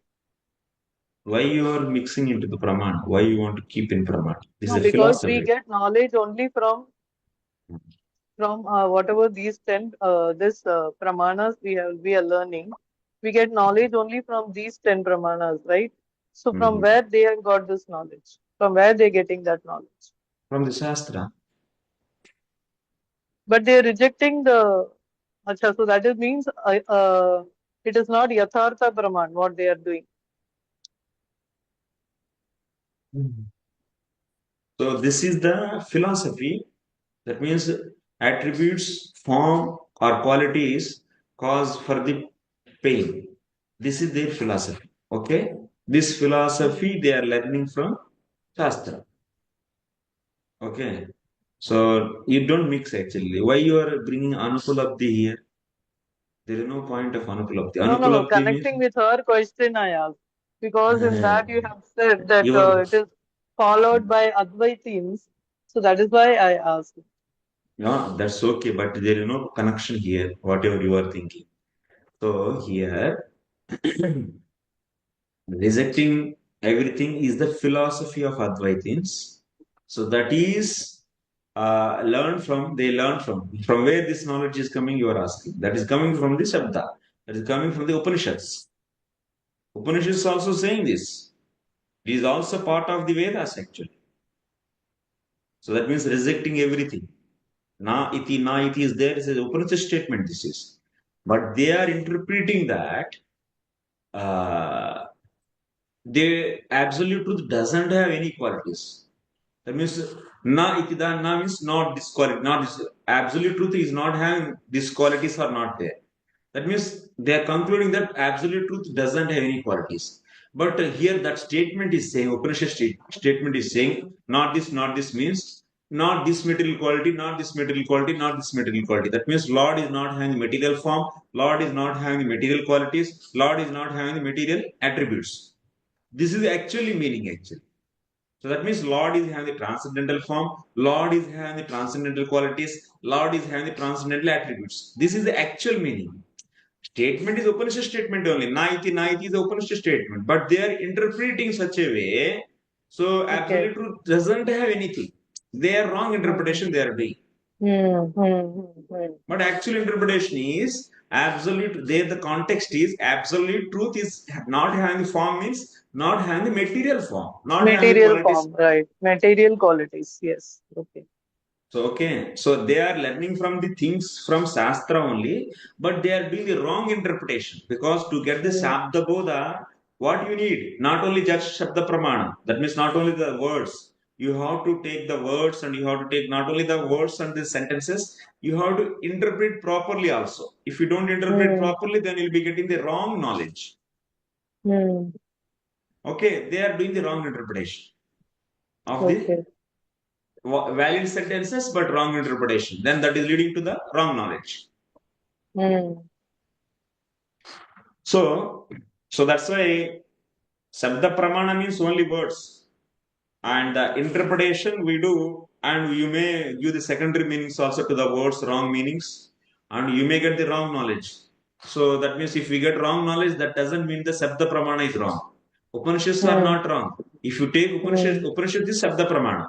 But if you take Upanishad statements, but if you interpret those in a wrong way, and if you take the wrong meanings for the words and wrong way you interpret, and if you get the wrong knowledge finally, then who is responsible? Upanishad is responsible? No, we are only responsible. The person who is interpreting it wrongly is because responsible. He is responsible. So that's why Shabda Pramana, Upanishads are not wrong. These Mayavadis, these Advaitis, they wrongly interpret and they get the wrong knowledge. Now come to the original So when you point. wrongly interpret it, can we say that as ayathartha? Wrong interpretation is ayathartha because of our defects? Anything whichever the actual knowledge, given knowledge, other than the given knowledge is produced, then that is ayathartha jnanam. Okay. So that means if you don't take the knowledge as it is, if you take the wrong knowledge, if you take wrong knowledge means ayathartha. Okay. So the main point is now there is no connection here. I am not seeing any connection with the anupalabdhi and the advaitins here. Whatever you said, okay. But your point is clear to you. What is the meaning of neti? Yes, Prabhu. Yes. Okay, that is their philosophy. What is their intention behind that neti philosophy? Understood. And yes, okay. Anupalabdhi will see how to hear what I said, and Mataji is referring. Okay, Prabhuji. Thank you very much. Hare Krishna. Vatsala Mataji, ask Prabhuji. Thank you. Please accept my humble obeisances. I am Bhaktin Vatsala. I am aspiring for Guru Maharaja Vaisheshika Prabhu. So I am taking classes in that too. I have to pass a test. But thank you, Mataji. Very interesting class. It is a lot of loaded information. Prabhuji, what my question is the same leading to Advaita philosophy, right? You said Advaitin believe in that, but you said Upanishads are not, they are real, but they are getting the misinterpretation. What my connection in here is, I used to be a meditation. I was doing meditation for about 10 years, Sahaj Marg. In that, we were told that you can merge yourself into Brahman effulgence. So, are we believing in the wrong direction? Are we misinterpreting in that? Now, finally, I came into read Srila Prabhupada's book, and I love Srila Prabhupada's books. That's how I came into Krishna consciousness. But I have been here for over 40 years. I'm almost 72 years old. But I'm still hoping that someday I will be, when I see the young kids giving all the beautiful lessons for us, it is very interesting. So can you explain, Prabhuji? Because Mataji said Advaitin.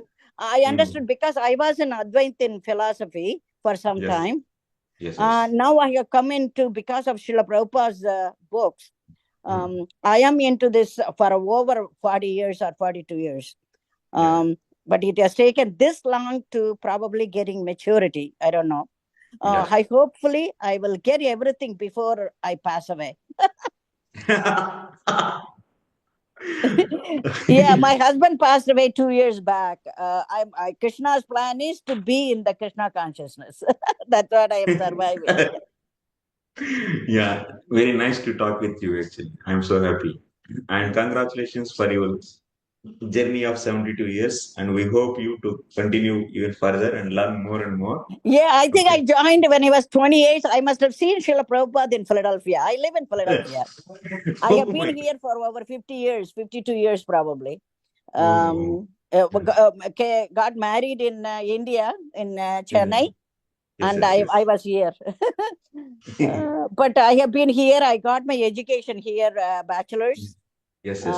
I did economics in India, and then I got my bachelor's, and I got my fast track MBA. Yeah. But Yeah. my kids are professors and things like that, so Yeah. grandchildren and all. But I am always interested in Sanskrit. My father's, we are from Ramanujacharya tradition. Oh, very nice. So that's why I always insisted, my father insisted on reading Bhagavad Gita. He taught me Sanskrit verses and everything. Yes, yes.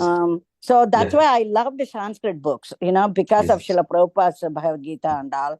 Yes, yes. He is my only God, Yeah.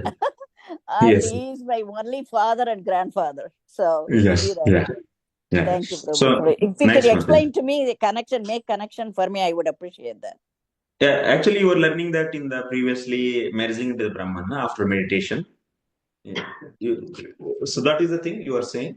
Yes. So in the previous process, yes. We didn't believe in a personal God at that time.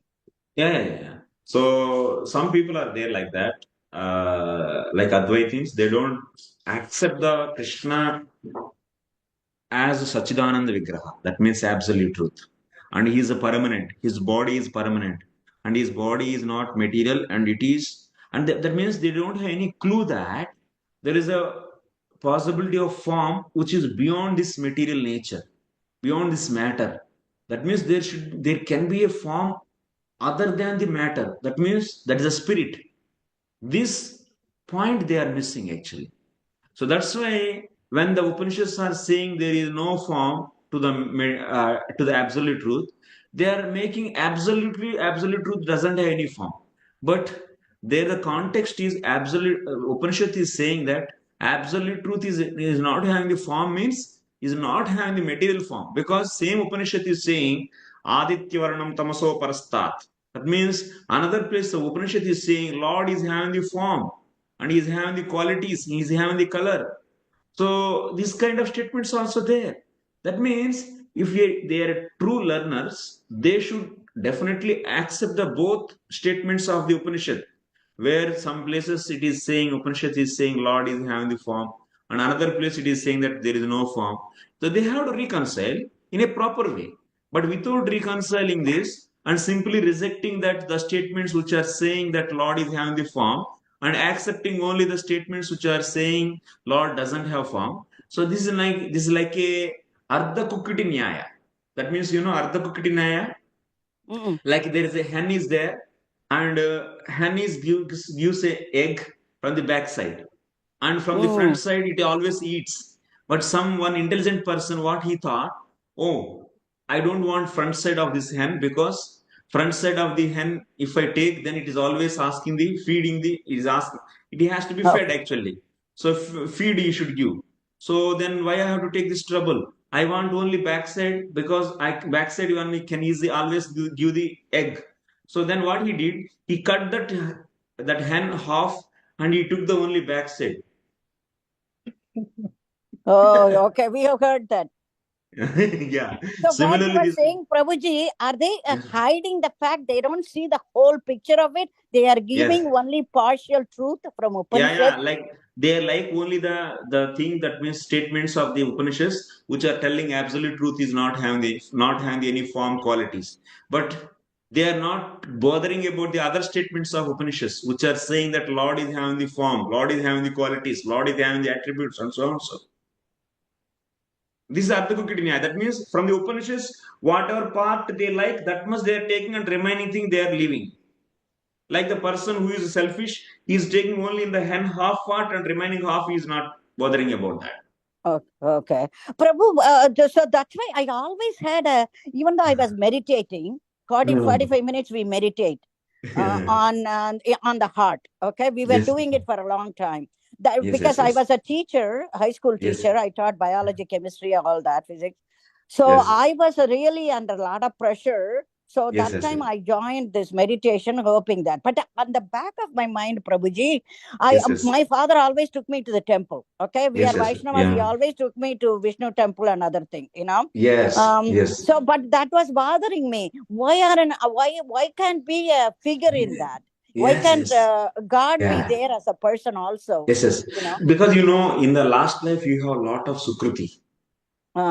You had the association of pure devotees, and that's why you took birth in a Ramanuja family. And that sukruti forced you to ultimately to come to Vaishnavism again. Now be happy with this. And you are Well, saying, I think the Srila Prabhupada's book is the only somebody gave me at the airport when we were traveling somewhere in the 70s. Yeah. And that is always, I was not practicing really, with faith at that time, but I love to read Sanskrit books, because I love Sanskrit. These are all mercy of the previously from the devotees, and that sukruti is awakened by that devotee who gave the book. Previously you have already you had a lot of sukruti, and now you have very less time. Focus more and chant Hare Krishna more and more.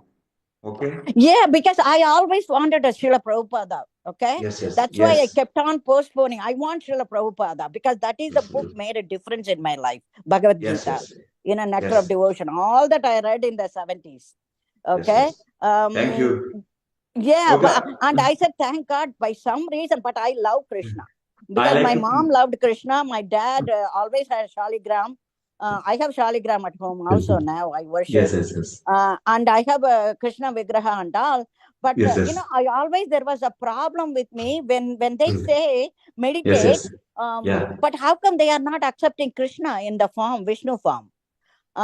Then by Krishna's grace alone, I have come to this stage. I didn't move away from a lot of issues are there, but I didn't go away from Vaishnavism. Still staying with Srila Prabhupada. He is the only God I always believe in. He is the only devotee I believed in. But because of him, I prayed to him. I think he gave me Vaisheshika Prabhu.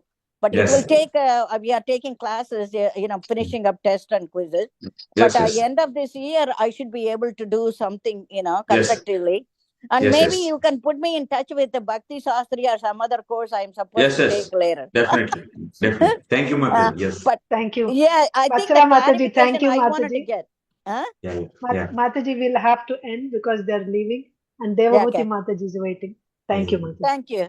Thank you, Prabhuji. Thank you for the clarification. I got it from both of you. Thank you so much. I appreciate that. Thank you, Mataji. Hare yes, Krishna. Take care.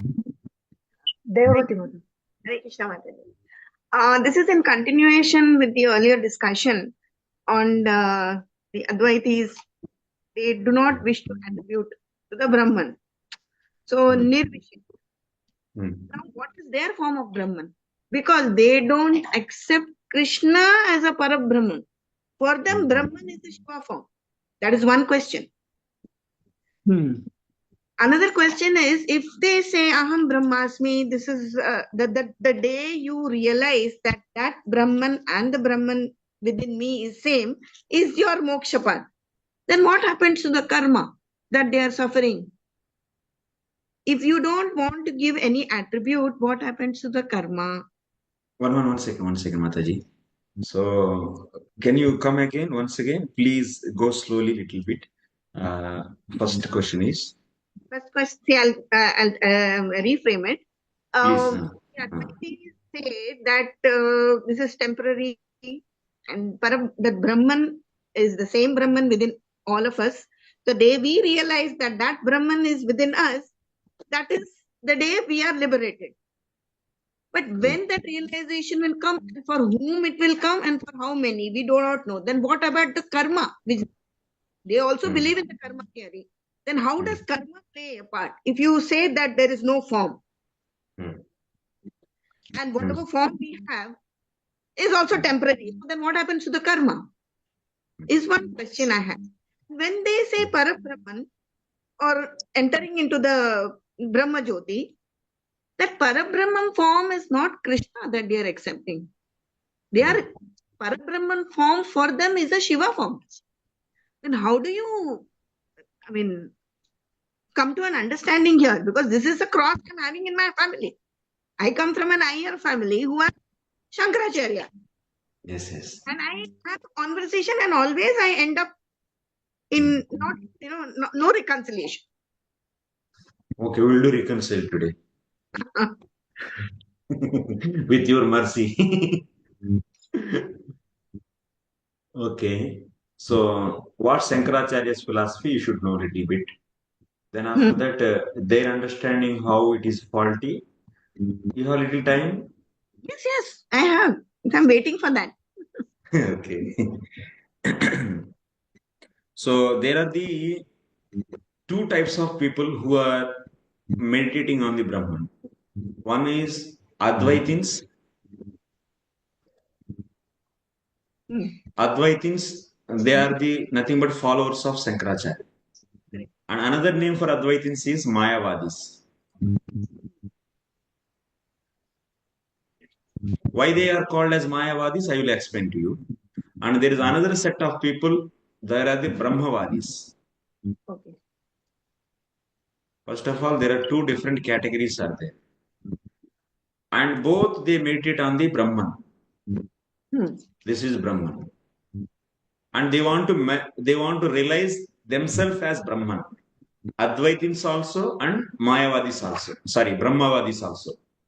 Advaitins and Brahmavadis both they want to realize themselves as Brahman. Aham Brahmasmi. I am Brahman. This they want to get. And among these two groups, who will be successful? Only these Brahmavadis will be successful. And Advaitins, they will never be successful. In what? Realizing themselves as Brahman. They cannot. It's impossible for them. So first of all, this is just I'm giving a glimpse. That means these are unsuccessful people, and these are the successful people. Now, what is the concept? What is the philosophy accepted by the Advaitins? That we are going to see. According to the Advaitins, their philosophy, be careful. This is not an easy thing. It little need focus. They accept only Brahman is. I am muting little for a while actually because your mic is giving a noise. Okay. So Devi Mataji, I muted you. So because your mic is giving noise, so that's why I muted. So now you see, wherever you have problems, so you can raise your physical hand. Then I'm seeing you actually. Okay. So according to the Advaitins, what? Brahman, that means Brahma Jyoti. Brahman is only the one absolute truth, and that is only the one. Advaitam means one. That is only that was only there in the past, that is in the present, and that will be in the future. Other than that, nothing is there. So naiti. That means this is not. But what? Only Brahman. That is their philosophy. And what is that Brahman? That doesn't have any kind of qualities, that doesn't have any kind of form, that doesn't have any kind of attributes or anything. So that is Brahman. And that only everything. So that is their philosophy. And if you ask them, what about the Vishnu? What about Shiva? Any form, if you ask, Advaitins, they don't accept Vishnu or Shiva as permanent. So Advaitins and the Saivites, there are two different sets. It's not that every Advaitin is a Saivite. Saivites, they are those, they worship the Shiva and they go to the Shiva Kailasa. And there is another Saivites which are elevated Saivites. They worship the Sadashiva and they go and they stay in that Sadashiva Loka permanently. and they are also another kind of Saivites. One is material Kailasha is there. In the material world also there is a Kailasha is there. So if they worship, so that that Shiva, then they will go to the material Kailash and they will come back. But if they worship so Shiva as Sadashiva, and they will go to the Sadashiva Loka and they will never come back. So that's why don't mix Saivites and the Advaitins as same. They are the two different sets. And according to the Advaitins, nothing is permanent. Even the Kailasha is also not a permanent world for them. And Kailasa is not at all. That means everything is, even the Vishnu also is not permanent for them. So then according to them, what is Vishnu? If you ask, they say that this Brahman is reflecting on the Vidya. When this Brahman reflects on the Vidya, this is Maya actually. According to them, Maya is there, and Maya is having the two portions. One is Vidya, another is Avidya. So when it is Brahman is reflecting on the Vidya, that reflection, that means the reflected Brahman on Vidya is known as Ishvara. That means Vishnu, or otherwise they consider them as Shiva or whatever. And this Brahman, when reflects on the products of the avidya, there are the several products of the avidya like antakaranas. These are the individual antakaranas, that means mind, intelligence, chitta and ahankara. They also accept this. These are known as antakaranas.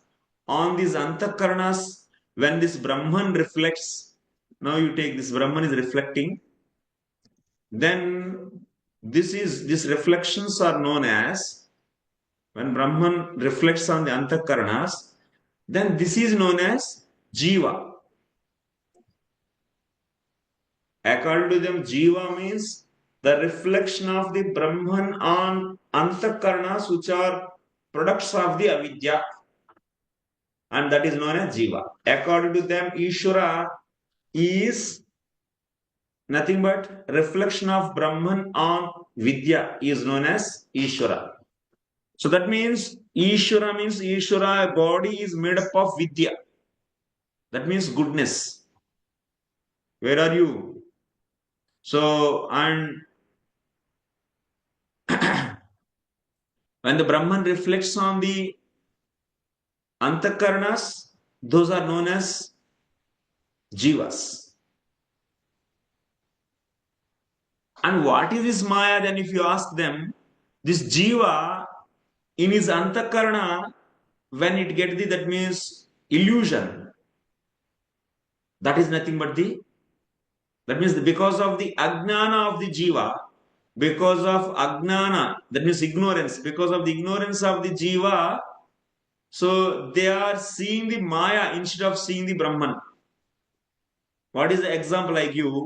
Like a person, they give an example actually. There is a person is there, he is seeing a rope, but he is seeing in this rope what? A snake. That actually there is no snake, but it is a rope. But he is seeing in that rope snake.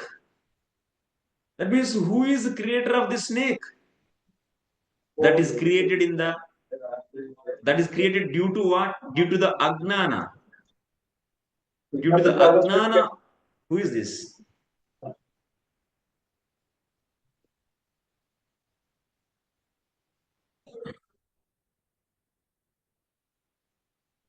So due to the ajnana of this person, the snake is created, but actually there is no snake. Similarly, Advaitins, they see this Jivatma, this Jiva, there is a Brahman actually. It is a Brahman. Instead of seeing Brahman, they are seeing what? They are seeing the Maya.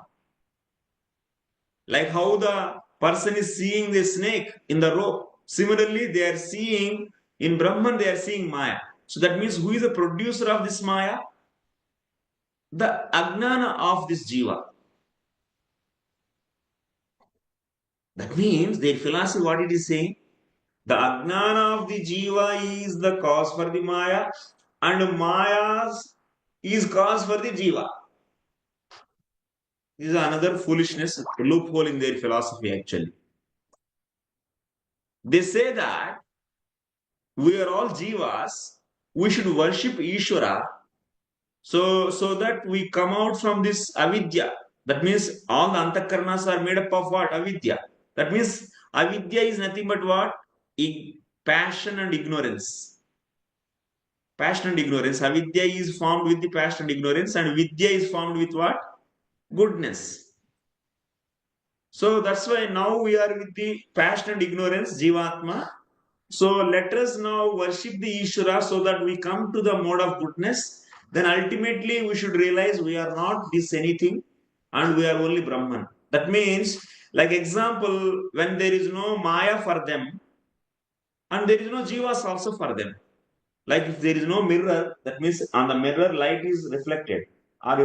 But now if you break the mirror, then is there any reflection? No, no. So that means by doing the practice, they will be realizing there is no Maya. So that means there is no themselves also. Then what is there? There is only Brahman. That is their liberation. But it is wrong actually. This kind of process is not at all helping you to realize Brahman. Why the reason? The reason is they are considering Vishnu as temporary object. His body is also out of vidya, which is nothing but out of goodness, material goodness. And this is a serious offense by them. And because of this offensive attitude, they never get any Brahman realization. But Brahmavadis, they get the Brahman realization. So now I want to check whether you understood or not. Where are you? Raise the hand. And also, first raise the hand and open video. Devahuti, where are you? Mataji, raise your electronic hand so Prabhuji will see you.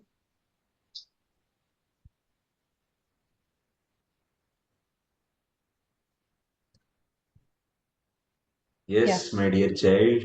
Did you understand? So, the Advaitins. Much of confusion they are creating. Yes.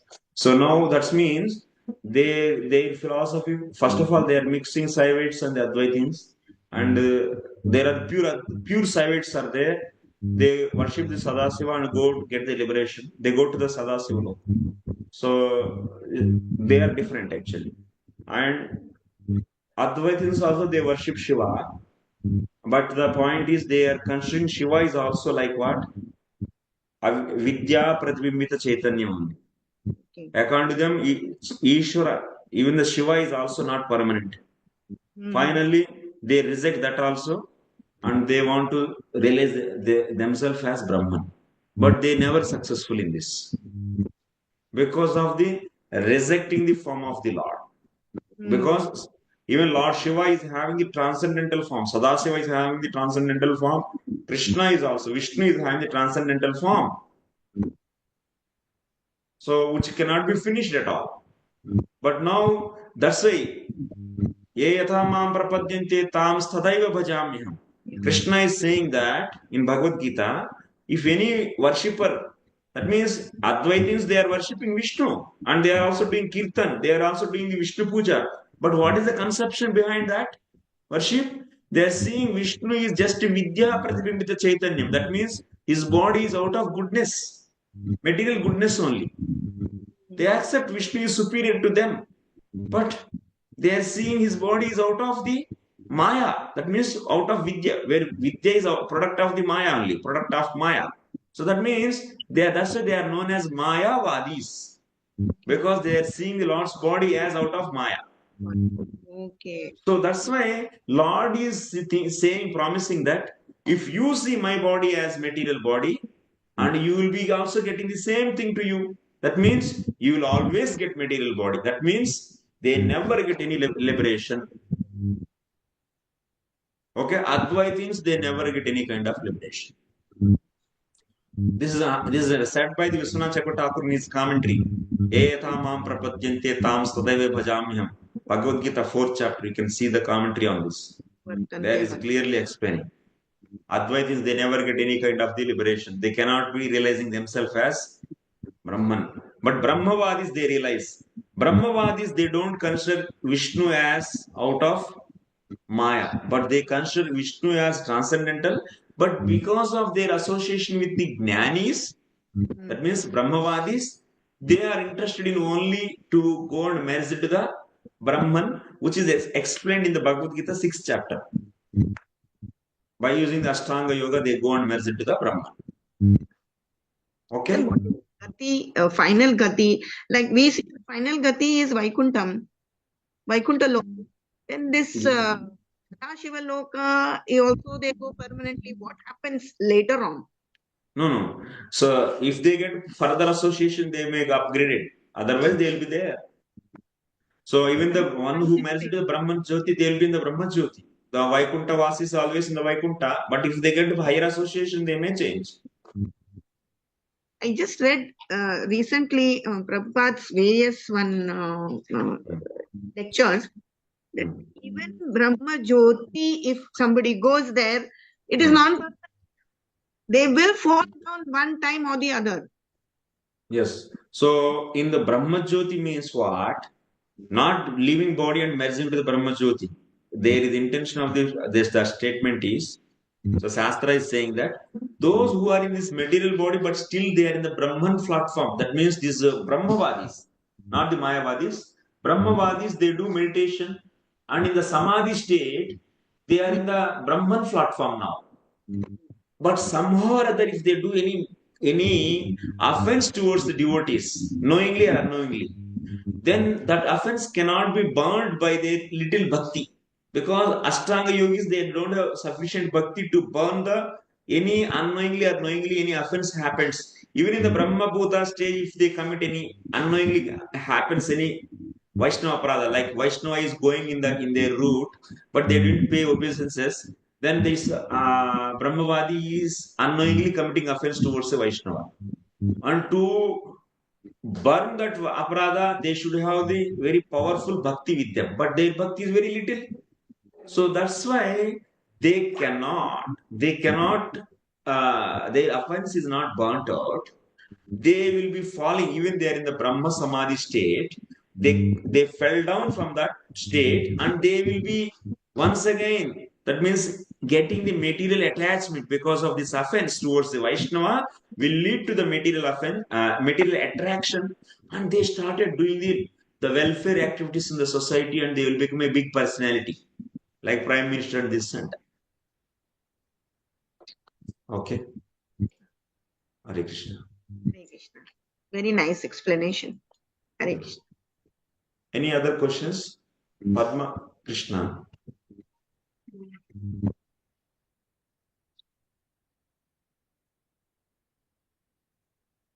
Hare Krishna Prabhuji. Thanks for clarifying about the about the statement which Mataji said that in Prabhupada's book, in the 6th chapter, there's an explanation that those who go to Brahma Jyoti, they have to take birth again. So they come back. That is what is Balavidya Bhushan in his explanation he also gives that unless and until you worship Lord Krishna, you have to take birth again. So you have given the clarification today that they are in the Samadhi stage. So till then, even I was under the assumption that once a person goes to Brahma Jyoti, they have to take birth again because they have not yet become Krishna consciousness. But it is not Brahma Jyoti, as you said, it is in the Brahma, that is Samadhi state, right? Yes. They are in the Brahman platform, their consciousness. Anadruta Ishvara. Yeah. Okay. Krishna says in the same. That means there are the two paths are there in the 8th chapter of the Bhagavad Gita. There is Uttarayana and Dakshinayana path. And in this, in that path, if they go and merge into Brahman, he says that Yadgatva Nanivartante, they will never come back. He says in the and also many places you can see, even in the 14th chapter also. So you'll be seeing once they are going and they will never come back. So that is the. But Prabhuji, if they go to Brahma Jyoti, there is no service to the Lord, right? Yes. So how can there be happiness there? Only when you serve the Lord, there will be happiness. So that's why there is a philosophical axiom is there. Because of the Jivatma is constitutionally meant for serving the Lord, definitely. But it doesn't mean that now it is knowing the taste of the bhakti and it can recall that. No. You didn't sit, you are constitutionally, you can become prime minister, but you don't have the taste of the position of prime minister with you. But we say constitutionally you can become prime minister, yes or no? In as per Indian constitution, you can become prime minister. You are from India or not? First of all, You have the you are from India. qualification, you become the prime minister. You have qualification to become prime minister or not? Yes. That doesn't mean that you have taste of the prime minister post. Correct. Who can have taste? Who already sit in that post and they have the experience, taste of the, yes or no? Yes. Similarly, Jivatma constitutionally it is a servant of the Lord, but it doesn't have the experience of serving the Lord and in the full-fledged way it is serving and always in that taste it got and it is now this taste is not coming in this Brahma Bhuta stage. So that's why I should get the higher one and I should, so that's why I should come down here. That is not happening. Jivatma constitutional, Jiver Surupir Hui Krishna Nityadas. That means constitutionally Jivatma can be a servant because it is a Amsha of the law. But when a pure devotee come in his life and gives the kripa, his kripa, then only Jivatma get the bhakti and then it can experience so bhakti and then only higher taste and then it can go back. It can then after that it will practice that bhakti, then it will make himself as perfectly as a servant. Yes. By coming out from the bodily designations, it will become constitutional. It will retain in his swarupa that I am a servant. By the what? By the mercy of the pure devotee only it is happening. Bhakti is given to it. But bhakti is not there Jivatma inherently, no. But constitutionally it is a servant. It can be a devotee. So if you say all the jivas has the taste of the bhakti, then without any association of devotees, everyone could have become till now, everyone devotee and they went back, na? Even in the material world also. So now, then what chance is there for the jivas which are there in the Brahma Jyoti to rise higher? Because there they will not get association of pure devotees. Because everybody over there is the one who is not to serve God. They just want to merge in the effulgence. So how will they get association? They will not get. Or how will they be elevated from Brahma Jyoti? Is there a chance for them to be elevated? No chance. Gone. That is the gone. Actually, it's a spiritual so that suicide. is waste. It's a waste That is of the life. worst. The waste of life, waste of that jivatma finish. That means that's why that is known as spiritual suicide. Better to go to the hell, not to merge into the Brahman. You understood? Okay. Yes, Prabhuji. Thank you, Prabhuji. Hare Krishna. I don't know whether you understood or not. And what point? That means bhakti is not there inherently in the jivatma. No, bhakti is given to that. So that is the main point you should remember actually. So that means you are saying jivatma is there in the Brahmajyoti, automatically it is not getting the taste of the bhakti and it is falling down. Then in the material world also. Bhakti means we have to serve the Supreme Lord. No, they don't have that. No, that service attitude. That means that is not inherent to the jivatma. Automatically it will never fall down. You're understanding my point? They will not fall down again to the Laukika but they are not even getting elevated. You are blurring actually. There is a blurring in your understanding. There is a shading is there. And what the shade I will explain to you. First of Okay. all, try to understand my point. Bhakti is not inherent to the Jivatma. Jivatma is insignificant soul. It's insignificant part and parcel of the Lord. In that particle, there is no bhakti. Bhakti is given to that. But constitutionally, it is potent enough to become a servant. Yes. If you say bhakti is inherent to the Jivatma, so what is your first statement? When the Jivatma goes to the Brahma Jyoti, so then after that, it is not feeling the taste of the bhakti, it is not getting taste of the bhakti there, so then automatically it will come down from there. This is your question or not? Now what I am saying, to come down, that what is required thing, Brahma Jyoti means Jivatma is completely devoid of the subtle gross bodies are not at all there with that. Only pure soul is there. That means purely soul is there. That means if you say Jivatma is falling from there, that means in that pure soul there is a inherently bhakti should be there. Then only If there is bhakti, how it will fall, Prabhuji? I am questioning. I am not giving a So you are statement. asking me. You are asking me a question. What is your question? You are saying that Jivatma falls from their Brahma Jyoti to material world because it's not experiencing the bhakti. That means, what is the meaning of your statement? Do you know the meaning of your statement? Your statement is enforcing us to accept bhakti inherently is there in that soul. Okay. And that bhakti is not now realized by the soul, and that's why it is falling from there.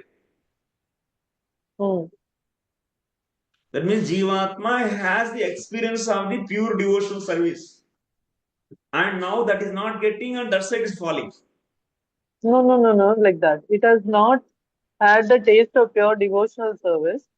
It has done the devotional service, but it has, not thought of Bhagavan as having a form, thought of where Bhagavan as the Brahma Jyoti, and the destination was to merge with the Brahma Jyoti. So for that, they have done bhakti.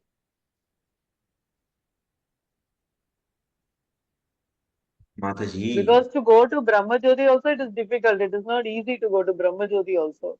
To go to Brahma Jyoti, what it practice Nishkama Karma Yoga and Jnana Yoga, and some little bhakti help is needed. Okay. Now you are saying that Jivatma is falling from the Brahma Jyoti. Because what is the reason you are giving? Because there is no bhakti. This is what I read in Baladeva Vidyabhusana's book. That one statement he had written. Without bhakti, you have to come back to this world. That's what he had. Just one statement he had written. No, that statement we'll see later actually. And I cannot accept your statement you read, but Sanskrit will see that open end. The main point is simply logically I am saying. So you are backing up the statement, then you have to show that also. That is later part. So now the point is, if we say Jivatma is falling from the Brahma Jyoti because of lack of taste for the bhakti there, what it means? That means it has the taste of the pure devotion and it is falling from there. You are saying like this, na? It has no taste for pure devotion. That is why it is falling down. It has not yet tasted the devotional service for Bhagavan. Mataji, if you want to go somewhere, no. If you are desiring something, means you should have already taste of that. Na? Otherwise, how can you desire that? Or otherwise, They someone should say. desire that. No, Prabhuji. Okay. I think I'm taking a lot of time. That is, I will exactly see that shloka and I will tell you tomorrow, Prabhuji, so that you can explain that shloka to me from Bhagavad Gita. So I will narrate that. Yes. Here the Jivatma is not at all It's not point of argument. Jivatma, when we desire something, either we could have experienced in the past or someone has gave mercy to us, something higher one is there, and because of their mercy we got the some interest on that. That means some faith on that. Yes. There are the two ways actually. So one went to the Brahma Jyoti means they didn't get any association of pure devotees. If they get association of pure devotees and mercy of pure devotees, they will never go to the Brahma Jyoti. So that's why first option is over. And the second option is that is what they already experienced pure devotion. If they like it, and but still they went to the Brahma Jyoti means what is the point of they already got the experience of pure devotion, why they will go to the Brahma Jyoti then? No, that's both because the Advaitins, they say when you're free from happiness and, free from miseries and this, then you are. Mataji, first to go with the where the teacher is discussing, there only should sit. Don't jump the point actually.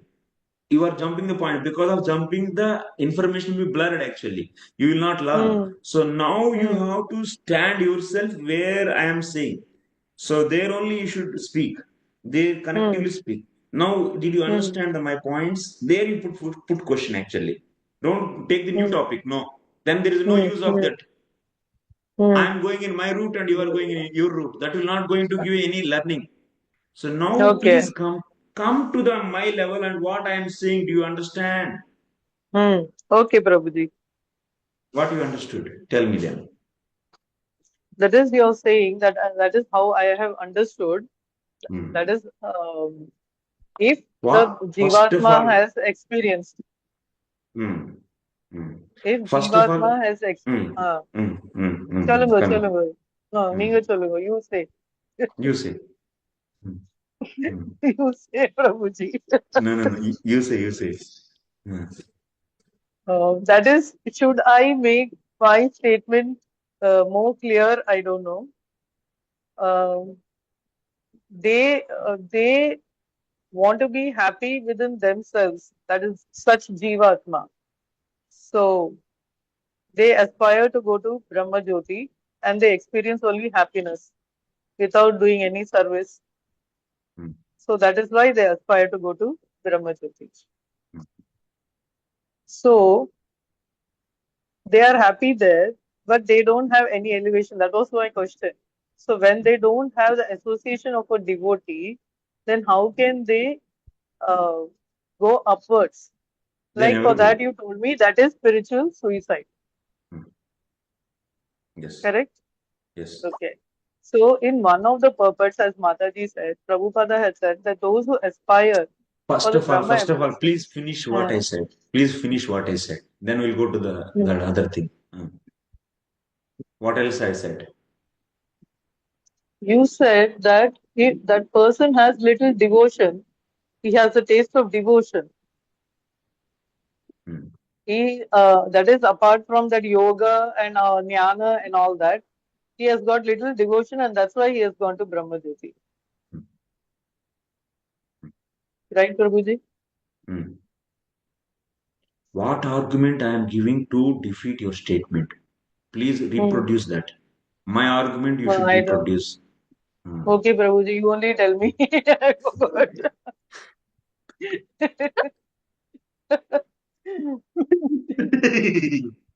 That's why I'm saying you didn't understand what I'm saying actually. But anyway, that's the main problem. What is that?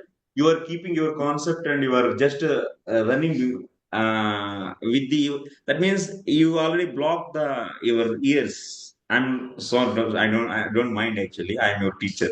That's what I'm saying. So there is a block you already put. Okay, I'll explain later. Okay, Prabhuji, please. Sorry. Yeah. So yeah. Please explain. Thank you very much. I'll explain later. Not now. Because now I will explain tomorrow. Yes. You first of all bring your statement and send a message to me where you read the Baldev Jabush. Okay. Okay, Prabhuji. I'll send that shloka. Yeah. Baldev Jabush you were saying, so please send me that. Yeah, I'll send that. Yeah. Okay, Prabhuji. Thank you for giving your time. Thank you, Hari Krishna. Dandavat pranams. It's only by making mistakes we learn, Prabhuji. Otherwise, How No, will no, I no. know what I'm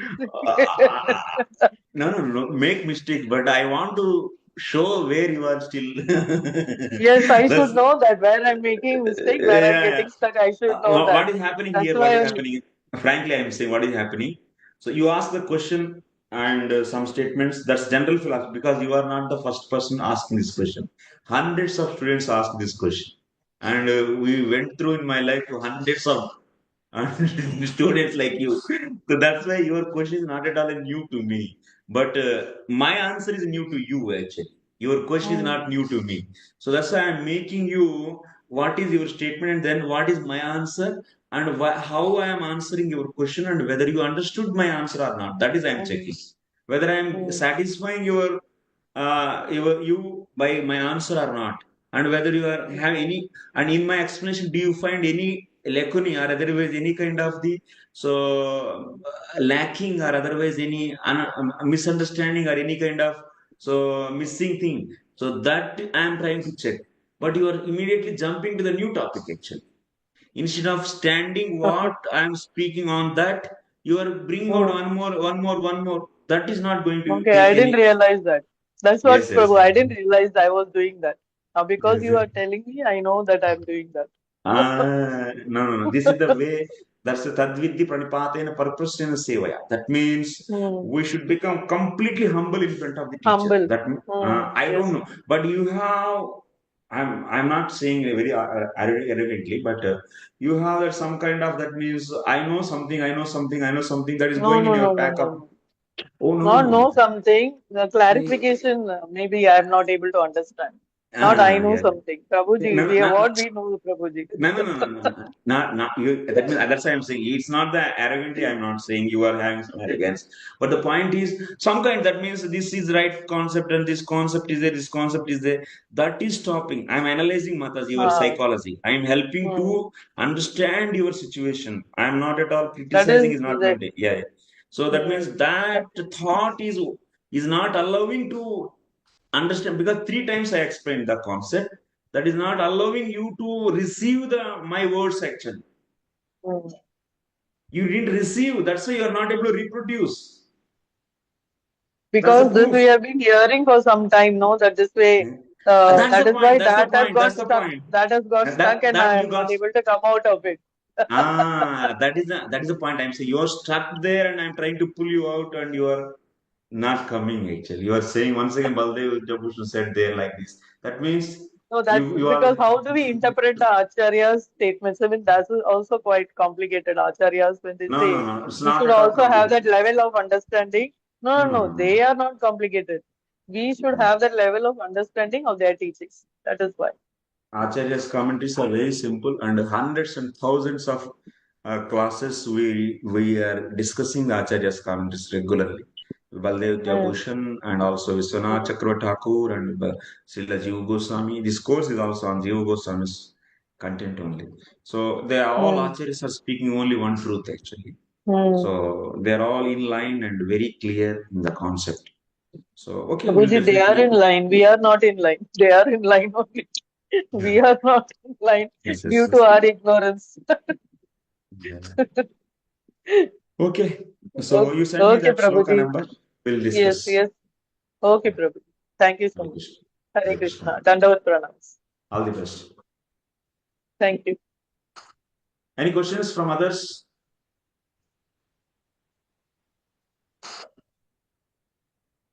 Kusuma. Yes. Kusuma Mataji. Hare Krishna Prabhuji, Dandavat Prabhu. Pranam Mataji. Prabhuji, actually, I am. Shall I talk in Telugu, Prabhuji?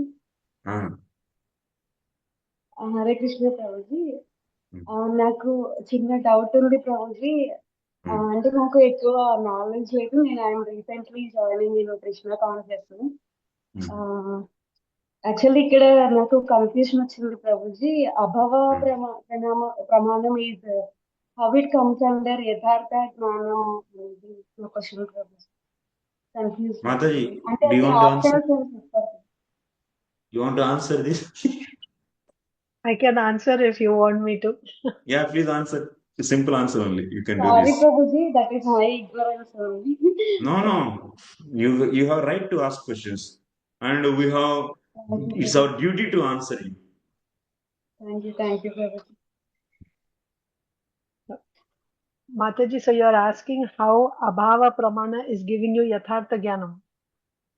Yes, Mataji. So Mataji, yathartha jnanam means knowing a thing for what it is. That is called yathartha jnanam. What is happening in abhava pramanam is when the book is absent, you are seeing that the book is absent. Is that yathartha jnanam? You are seeing the absence of the book. You are getting knowledge that the book is absent. So the cause for this is your pratyaksha, your senses not perceiving that object. That is the cause for the knowledge that you get that there is no That book. absence So, is correct. That is the other. Right, Mataji? మళ్ళీ That చెప్పండి. absence is అది లేదు అని తెలుసుకున్నాం మనము. అది యథార్థం. అది యథార్థం. Okay, Mataji, thank you. A little confusion ఉంది Mataji. Thank you so much. Thank you. Hare Krishna. Okay. Hare Krishna. Hare Krishna, Prabhuji. Yes, Mataji.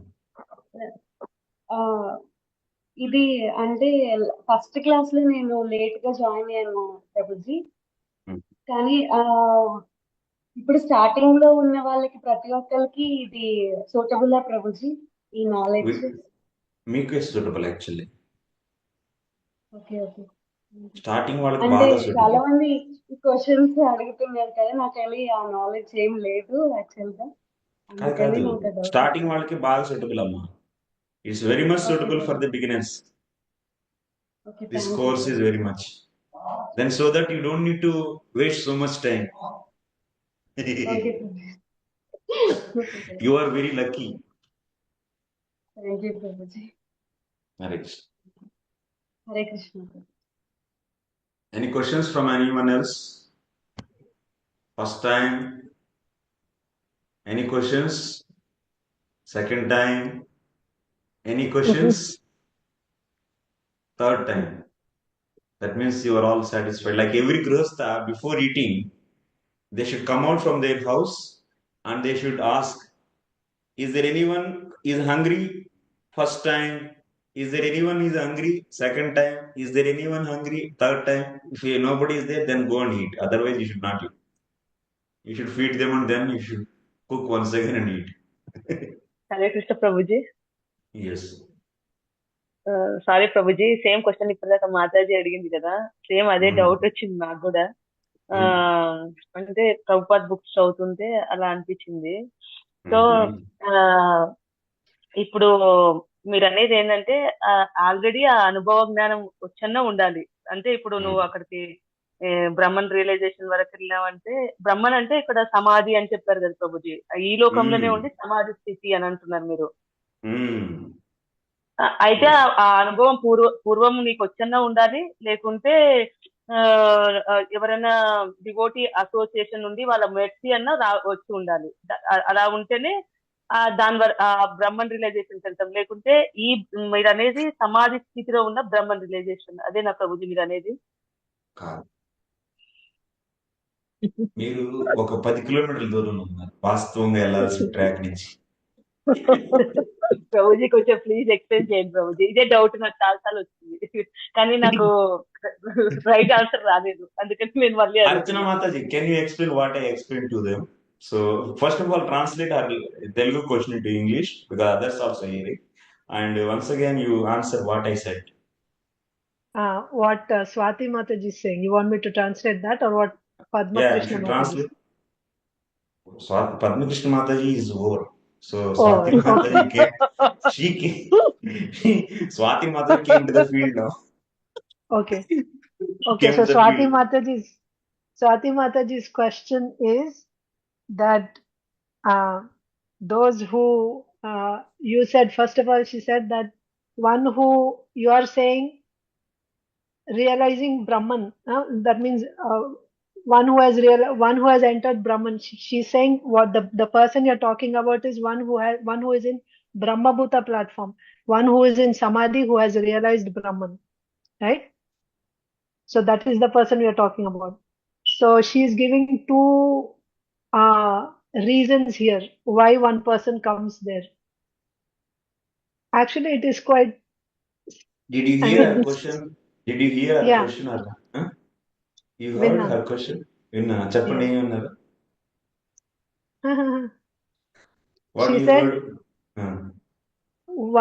one gets this either because of a taste that he gets. వద్దులేండి నేను వినలేదు.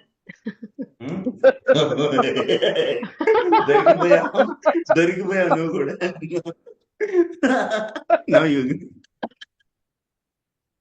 మళ్ళీ చెప్పండి Swathi మాతది. No, I will say that. Swati Mataji is asking mistakenly the question. That's why I said she is 100 kilometers, 10 kilometers away from the track. She is asking that since because there is experience of the Brahma Jyoti or otherwise by the mercy of the devotee, so the person who is in the body still and who is in the Brahma Samadhi, so they are going to the Brahma Jyoti. That means she is thinking that one to go to Brahma Jyoti, either you should get the mercy of the some person or otherwise they could have experienced the Brahma Jyoti, those people will go to the Brahma Jyoti. That means her question is wrong question actually. She is out of improperly she asked the question. Swati Mataji, your question is having the wrongness.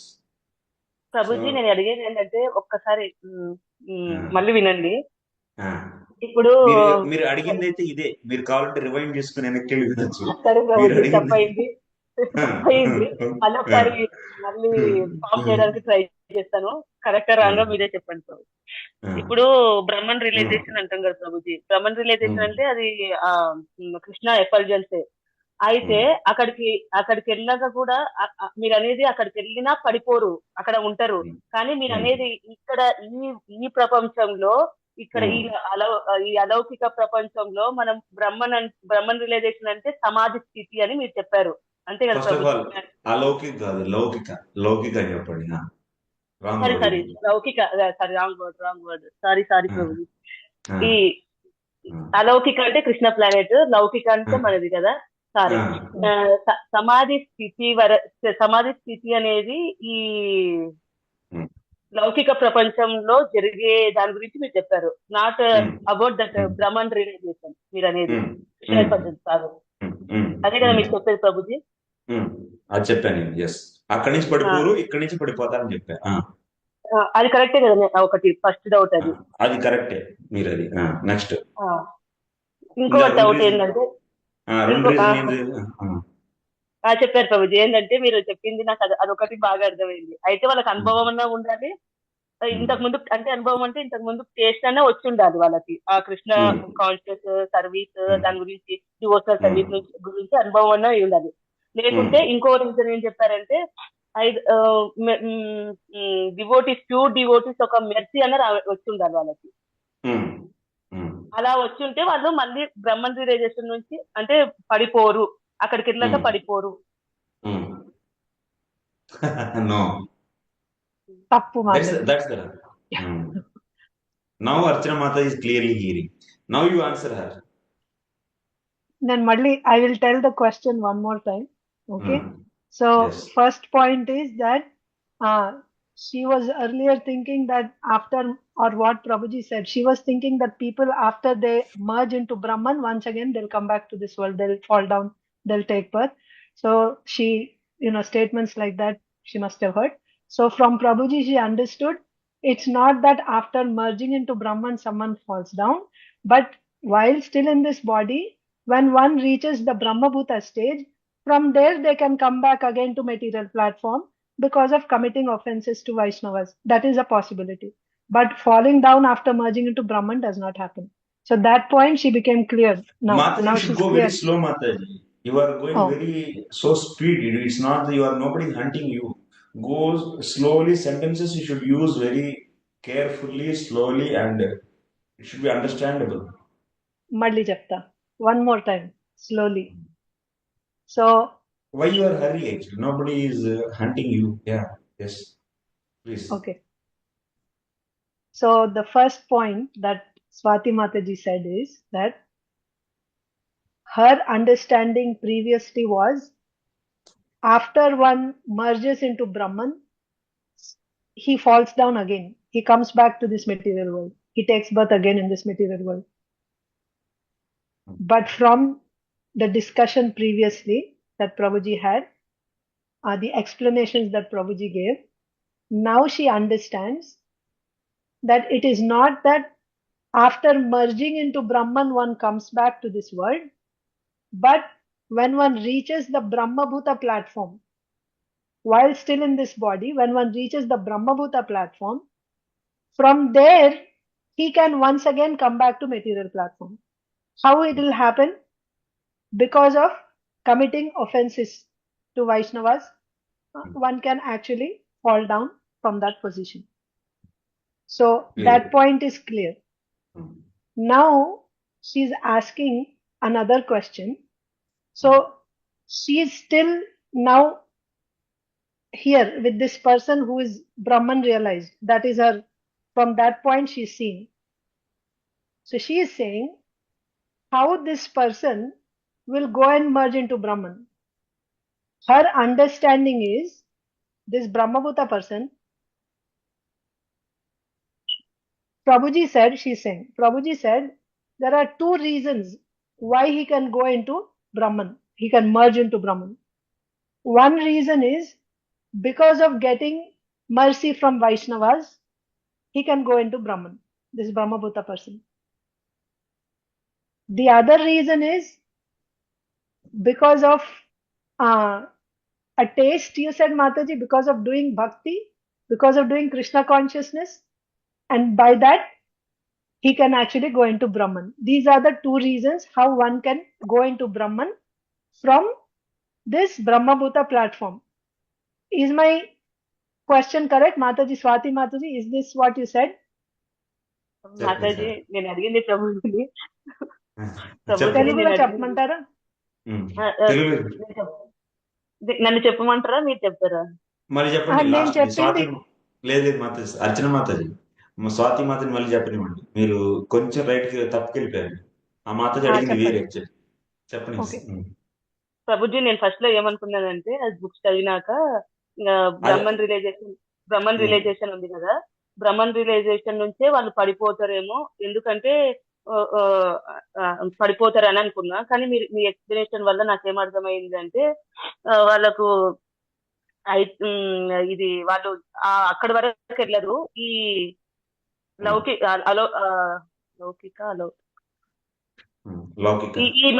ఈ material world లో ఉండి సమాధి stage వెళ్ళిన వాళ్ళు ఉంటారు కదా, వాళ్ళు పడిపోయే ఛాన్సెస్ ఉంటది. కానీ బ్రహ్మన్ రియలైజేషన్ కి వెళ్ళిన వాళ్ళు పడిపోయే ఛాన్సెస్ లేదు అని మీరు చెప్పారు. అది కరెక్ట్ కదా ప్రభుజీ? అది కరెక్ట్ గా అర్థం చేసుకున్నారు. మాతాజీ కూడా కరెక్ట్ చెప్పింది. ఇద్దరు కరెక్ట్. Okay, next. మీరు ఇంకో క్వశ్చన్ ఇంకోటి అడిగారు. ఏంటంటే చెప్పారు, అడగలేదా? చెప్పారు. అయితే వాళ్ళకు ఒక ప్రీవియస్ ఎక్స్పీరియన్స్ అన్నా ఉండాలి, ఆ టేస్ట్ అన్నా ఉండాలి.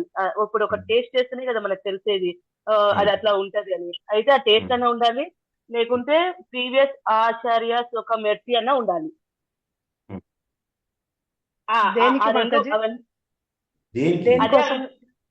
అదే అడుగుతున్నాను ప్రభుజీ నేను. అదే బ్రహ్మన్ రియలైజేషన్ అంటే ఆ మెర్సీ ఆ టేస్ట్ అన్న బ్రహ్మన్ రియలైజేషన్ గురించేనా అని అడుగుతున్నాను. అక్కడ మీకు అర్థం కాలేదు. అదే ఆ మాతాజీకి, Swathi Mataji striking there only. I said two reasons. Either they should have experience of the pure devotion, or otherwise they could have the mercy. So, okay, let me take my slate. I think everyone others also they understood the question. She is stucking there actually. She is taking forward the discussion where Padma Krishnan, where she left, from there onwards she is taking forward. Now the A relay race is going on with the Swati Mataji. So this is Krishna, okay, and this is the Laukika Jagat, and this is the Brahmanda. You take this is Laukika Jagat because picture will make more helpful. Laukika. This is Laukika Jagat, and here the one Brahman, a realized person is there, is a Brahmavadi. You take it. This is Brahmavadi. He realized Brahman. So this person is still in the body but realized Brahman. Unknowingly or knowingly, if he commit any offense towards a Vaishnava, because of this offense, he will get back once again material attraction. Even he is in the Brahman realized state, still he will fell down from the state and get the material attraction. And he will start behaving like a material man once again. That means in the Sastra, someone is falling from the Brahma Bhuta state means they are still in the body and there is a chance to commit offenses. So that's why, because of the offense only, they are falling from, that means their consciousness is falling from the Brahma Bhuta state to the material state. And they are getting the material attraction. And what another thing I said, that means, but this is the Krishna and he is having the effulgence from his body, Brahma Jyoti this is. But this Jivatma from this body left over and it went like this and merged into this. Then after merging into this, there is no falling from this Brahma Jyoti. This is the statement 100 times it is said in the Bhagavad Gita and also Bhagavatam. In the sloka directly it is said. 8th chapter also in the Bhagavad Gita and also in the 6th chapter and also 6th chapter and also you can find the last chapters also. Many places it comes in the Bhagavatam also. Brahmasthiti, once if you go there, you will never come back and there is no chance to commit any offense here. Once those merge into the Brahman. So those will be like that forever. That is a spiritual suicide. One way you can say it's a spiritual suicide because they are not, even they are constitutionally, they are servant, but they are not serving Lord. That means that is a suicide. Spiritual suicide we are saying. Now the second point, I used two things. Swati Mataji is stucking there. So Prabhuji రెండు మాటలు చెప్పారు. Previous experience లేకపోతే శుద్ధ భక్తుల కృప. అక్కడ మాతాజీ ఇరుక్కుపోయారు అనమాట ఈ రెండు. ఏంటివి అని ఇప్పుడు నేను చెప్తున్నాను. when Padma Mataji asked that, so this I was saying that people who merged with the Brahma Jyoti, they also can fall down. She was saying that she read this thing in the Baldev Vidya Bhushan's commentary somewhere. That means from Brahma Jyoti also they fell down. And she is saying the reason. What is the reason? That's generally everyone says. Because there is no opportunity for this service. There is no opportunity for service in the Brahma Jyoti state. When it is in Brahma Jyoti, the Jivatma is not getting any opportunity to do the service. Since there is no opportunity to do service, that's why this Jivatma is, even from Brahma Jyoti, is also falling and once again coming back. This is her statement. And to counteract this statement, I put reasons actually. To counteract this statement, I started giving the reasons. That means Jivatma, which is in the Brahma Jyoti, is not getting opportunity. That's why it is falling from there. That means it is looking for taste of the bhakti and it is looking for service. But since there is no service, then it is coming back. Means what? This kind of understanding is reflecting what? Or is including what? This Jivatma is deliberately looking for the opportunity for the service, and since that service is not happening and it dissatisfied there, and it is coming back to this material world. This is the meaning, actually. Coming back, no opportunity of service means that means this inherent soul, that means soul, is deliberately, no consciously looking for the service opportunity, and not possible there. That's why that is coming. Who said to this jivatma there is service is the highest thing and I should get? If anyone said to this, it will never come here. If anyone said to this jivatma, so service is higher than the staying in the Brahman, and with their kripa, if they say this, out of the kripa, if some elevated Vaishnavas say to this jivatma like that in the past, they will never come back to the Brahmajyoti at all. So that means till they come back means nobody gave kripa to that jivatma. So to reveal that, to say that, no Vaishnava came into his life, so and gave kripa to that. Bhakti is superior to the Brahman realization. Such a kripa is not given. If that such a kripa is given, it will not be in the Brahmajyoti. So that's why this condition is ruled out. That means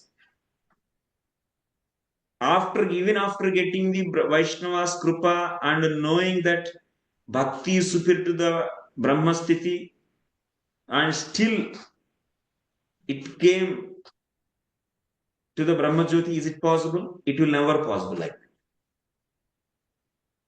that. Okay. Second thing is, this Brahmajyoti, this Jivatma is looking for service opportunity means it has the understanding of the Bhakti. You are only saying, na? It is looking for the service opportunity, not getting that, that's why dissatisfied and coming back. That means what? Someone didn't give knowledge to this Jivatma. Someone did give knowledge to this Jivatma about the Bhakti. If they gave the knowledge about the Bhakti properly to this, then it will never come here at all. So, but still you are thinking that it is having the knowledge about the Bhakti, and still now it is looking for the Bhakti opportunities, service opportunities. Bhakti means service opportunities, and it is not finding. That means what? So by giving others is ruled out. Bhakti given by others is ruled out.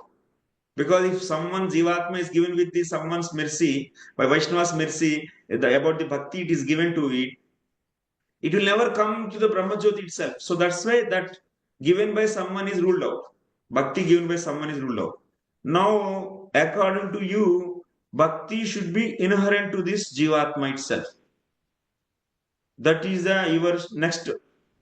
That means now, because of that Bhakti tendencies, it is feeling dissatisfied. Now the point is, if Bhakti is inherent to the Jivatma,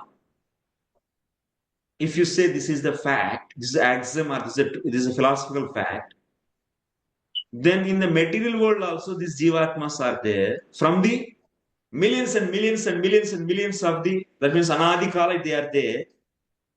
From the beginningless.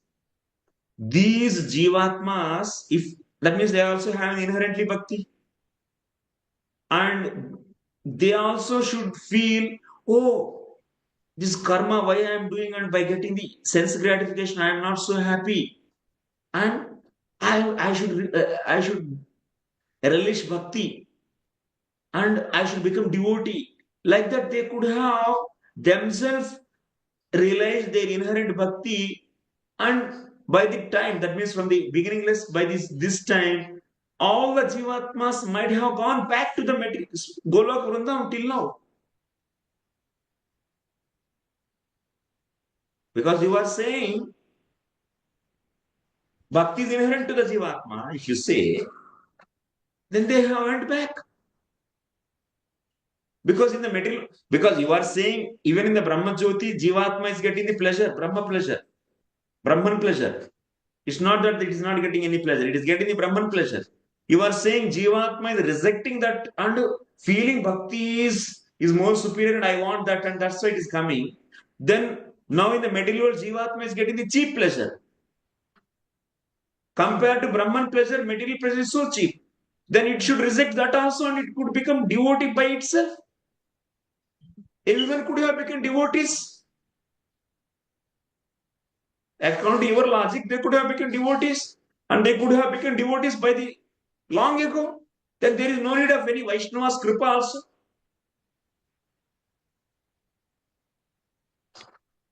Swati, your understanding? Hare Krishna Prabhuji. అంటే వాళ్ళకు అవి రెండు లేకపోవడం వల్ల వాళ్ళు అక్కడ వరకు వెళ్ళాల్సి వచ్చింది. వాళ్ళకి మొత్తం తెలిస్తే ఈ రెండు కాదు, నేను పాడిందే పాసిపళ్ళ దాసుడా అని చెప్పేసి అది పాడద్దు. నేను చెప్పింది అర్థం. మీరు చెప్పింది చాలా బాగా అర్థమైంది ప్రభుజీ. మీరు సమ్మరైజ్ చేస్తే దాంట్లో సగం ఇన్ఫర్మేషన్ లేపేస్తారు. సమ్మరైజ్ చేయొద్దు. సరే ప్రభుజీ.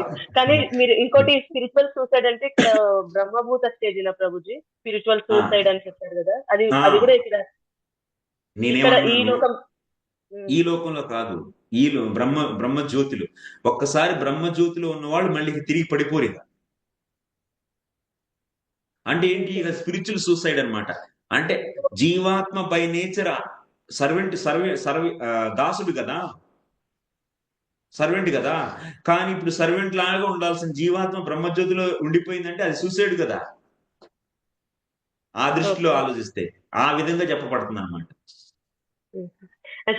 చాలా థ్యాంక్స్ ప్రభుజీ. ఎప్పుడు ఈ డౌట్ వేరేగా విన్నా కానీ ఇంత మంచిగా అంటే ఇప్పుడు మీరు మొత్తం క్లియర్ చేశారు. ఇప్పుడు నాకు డౌట్ ఉన్నదంతా అందరు ఇదే చెప్తారు ప్రభుజీ, అక్కడ నుంచి వస్తే మళ్ళీ స్పిరిచువల్ సూసైడ్ అవుతుంది, ఇంకా మళ్ళీ వాళ్ళ కిందికి మళ్ళీ పడిపోతారు అని అదే చెప్తున్నారు. సో మీరు ఈ రోజు కొత్తగా చెప్పారు ప్రభుజీ. Thank you. అవన్నీ కొత్త, ఇది పాదమ్మా. ఇది అంతా ఆచార్యులు జీవ గోస్వామి, విశ్వనాథ్ చక్రవర్తి ఠాకూర్ ఆచార్యులు కామెంటరీస్ అన్నిట్లో ఇదే ఉండేది. ఇది పాత 500 సంవత్సరాల క్రితం ఫిలాసఫీ. మరి ఇప్పుడు కొత్తగా వచ్చిందని మీరు చెప్పుకుంటున్నారు, మరి మేము బాధ్యులం కాదు మీ కొత్త విషయాలు. అంటే ప్రభుజీ వేరే క్లాస్ లో అంటే వింటుంటాం కదా, అవి వింటున్నప్పుడు ఇట్లా బ్రహ్మన్ రియలైజేషన్ అంటే ఇంతవరకు చెప్తారు. ఇప్పుడు మీరు కరెక్టే, మీరు చెప్పింది అయితే చాలా కరెక్ట్. ఎందుకంటే మాకు అక్కడ వరకు ఈ బ్రహ్మభూత స్టేజ్ అంటే ఇక్కడనే ఫీల్ అవుతారు అనే కాన్సెప్ట్ ఇప్పుడే అర్థమైంది Prabhuji. Thank you Prabhuji, thank you so much. Me time చాలా స్పెండ్ చేశారు. I want to say one thing here. You said that if this person inherently had this bhakti or the taste for service, even in that situation he will not go to Brahman, right? Yes, he will not go. Why he will go? Yeah. So in both cases they won't go to Brahman, whether they get mercy of a Vaishnava. Even if they get the taste, they will not accept that. Kuyogis use read or not, they are getting the pleasure from the Lord's body, but still they are rejecting. Right. That means the taste for the service is not so inherently is there, but it is given to that by the mercy of Vaishnava. Yes. Swati Mataji, you are raising again? No, not raising. She is not downing. Prabhuji చాలా ఉంది ప్రభుజీ, కానీ ఇంకా అడుగుతుంటే కొన్ని చాలా time అయిపోతుంది. లేదు, ఒక మాట ఇంకో మాట చెయ్యొచ్చు. లావణ్య. Yes. ప్రభుజీ ఇది ఒక్కటే క్వశ్చన్, ఇది బ్రహ్మభూత లావణ్య లతిక వెయిట్.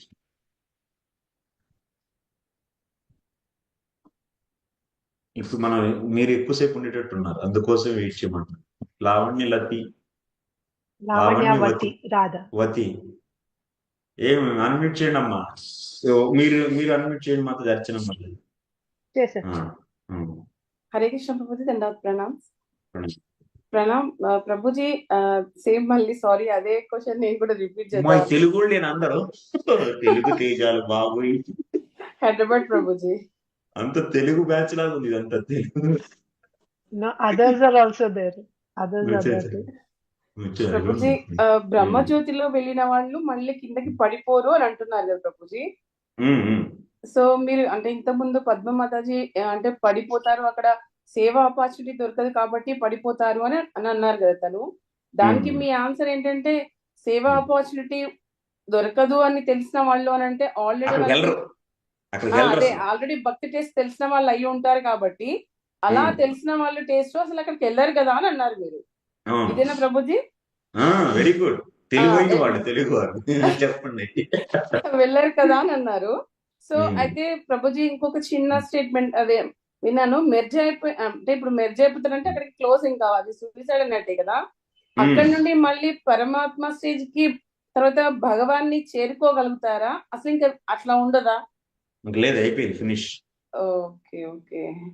సో ఆ బ్రహ్మ స్టేజ్ కూడా వెళ్ళడం అనేది డివోటీస్ యొక్క కృపతో లైక్ అలా వెళ్తారు అని, సారీ బ్రహ్మజ్యోతి వరకు. అది ఇదేనా మీరు చెప్తున్నారు? అంటే అక్కడ వరకు కూడా అసలు సారీ ప్రభుజీ, అంటే బ్రహ్మజ్యోతి వరకు సారీ బ్రహ్మజ్యోతి వరకు కూడా ఎందుకు వెళ్ళారు అనేది ఒక చిన్న అదొక డౌట్ అనమాట. ఎందుకంటే భక్తుల సాంగత్యం వాళ్ళకి దొరకలేదు, జ్ఞానులు సాంగత్యం దొరికింది. కాబట్టి జ్ఞానులు ఏం చెప్పారంటే బ్రహ్మజ్యోతిలోకి వెళ్ళటమే మనకు పరమ లక్ష్యం చెప్పారు. కాబట్టి బ్రహ్మవాదులు, జ్ఞానులు అంటే బ్రహ్మవాదులు, వాళ్ళ అసోసియేషన్ వల్ల అలా వెళ్ళిపోయారు, వరకు వెళ్ళారు. Okay okay. సో ఈ అంటే ఆ భక్తి టేస్ట్ తెలిసిన వాళ్ళైతే అక్కడ వరకు వెళ్ళరు. సో మాయావాదులతో ఉన్నారు కాబట్టి అక్కడ వరకు వెళ్ళారు అని. మాయావాదులు వేరు, మళ్ళీ ఇందా చెప్పారు కదా, మాయావాదులు వేరు, బ్రహ్మవాదులు వేరు. మాయావాదులు అసలు ఎక్కడికి వెళ్ళరు. సారీ ప్రభు, అవును బ్రహ్మవాదులు. Okay okay. They're asking me to translate, and if you go on so long, I cannot retain everything and reproduce. Yes, please. Okay, please reproduce. Okay Prabhuji, ఇప్పుడు కరెక్ట్ గా అర్థమైంది ప్రభుజీ. నిన్న కూడా మీరు సృష్టి రహస్యం చెప్పారు కదా, అసలు అది ఎక్సలెంట్ ప్రభుజీ. నాది కూడా భక్తి శాస్త్రి అయిపోయింది, భక్తి వైభవ్ లో ఉన్నాను మ్యాంగ్లూర్ టెంపుల్ నుండి. కానీ నాకు ఇంతవరకు అసలు నాకు దాని గురించి తెలియదు. మీరు చెప్పినట్టు నిన్న క్లాస్ కి ఇన్ఫినిటీ చెప్పిన కాన్సెప్ట్ అయితే చాలా ఎక్సలెంట్ ఉంది ప్రభుజీ. నాకు చాలా వరకు మాకు క్లియర్ అయిపోయాయి.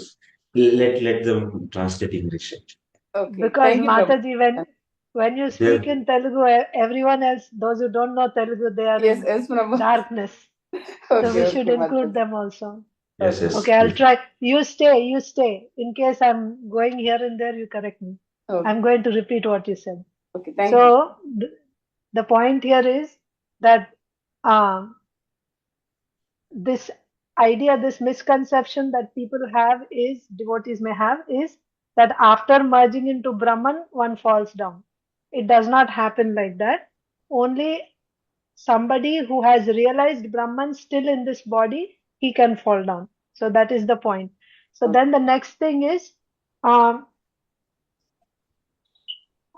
when one goes to Brahman from here, from this world to when one merges into Brahman, if someone is saying that even after merging into Brahman, one falls down, okay? Yes, why is he falling down from Brahman? Because he found out that he's not getting an opportunity to do service in Brahman. Okay. When we don't have an opportunity to do devotional service, therefore the person is coming back to this material world because he's not satisfied there. The living entity, not getting opportunity to serve, not being satisfied, is coming back to this material world. If we say this, what is the problem there? That's what is being discussed. If you say that after merging into Brahman, if one falls down because of not getting service opportunity, if we say like this, what is the problem?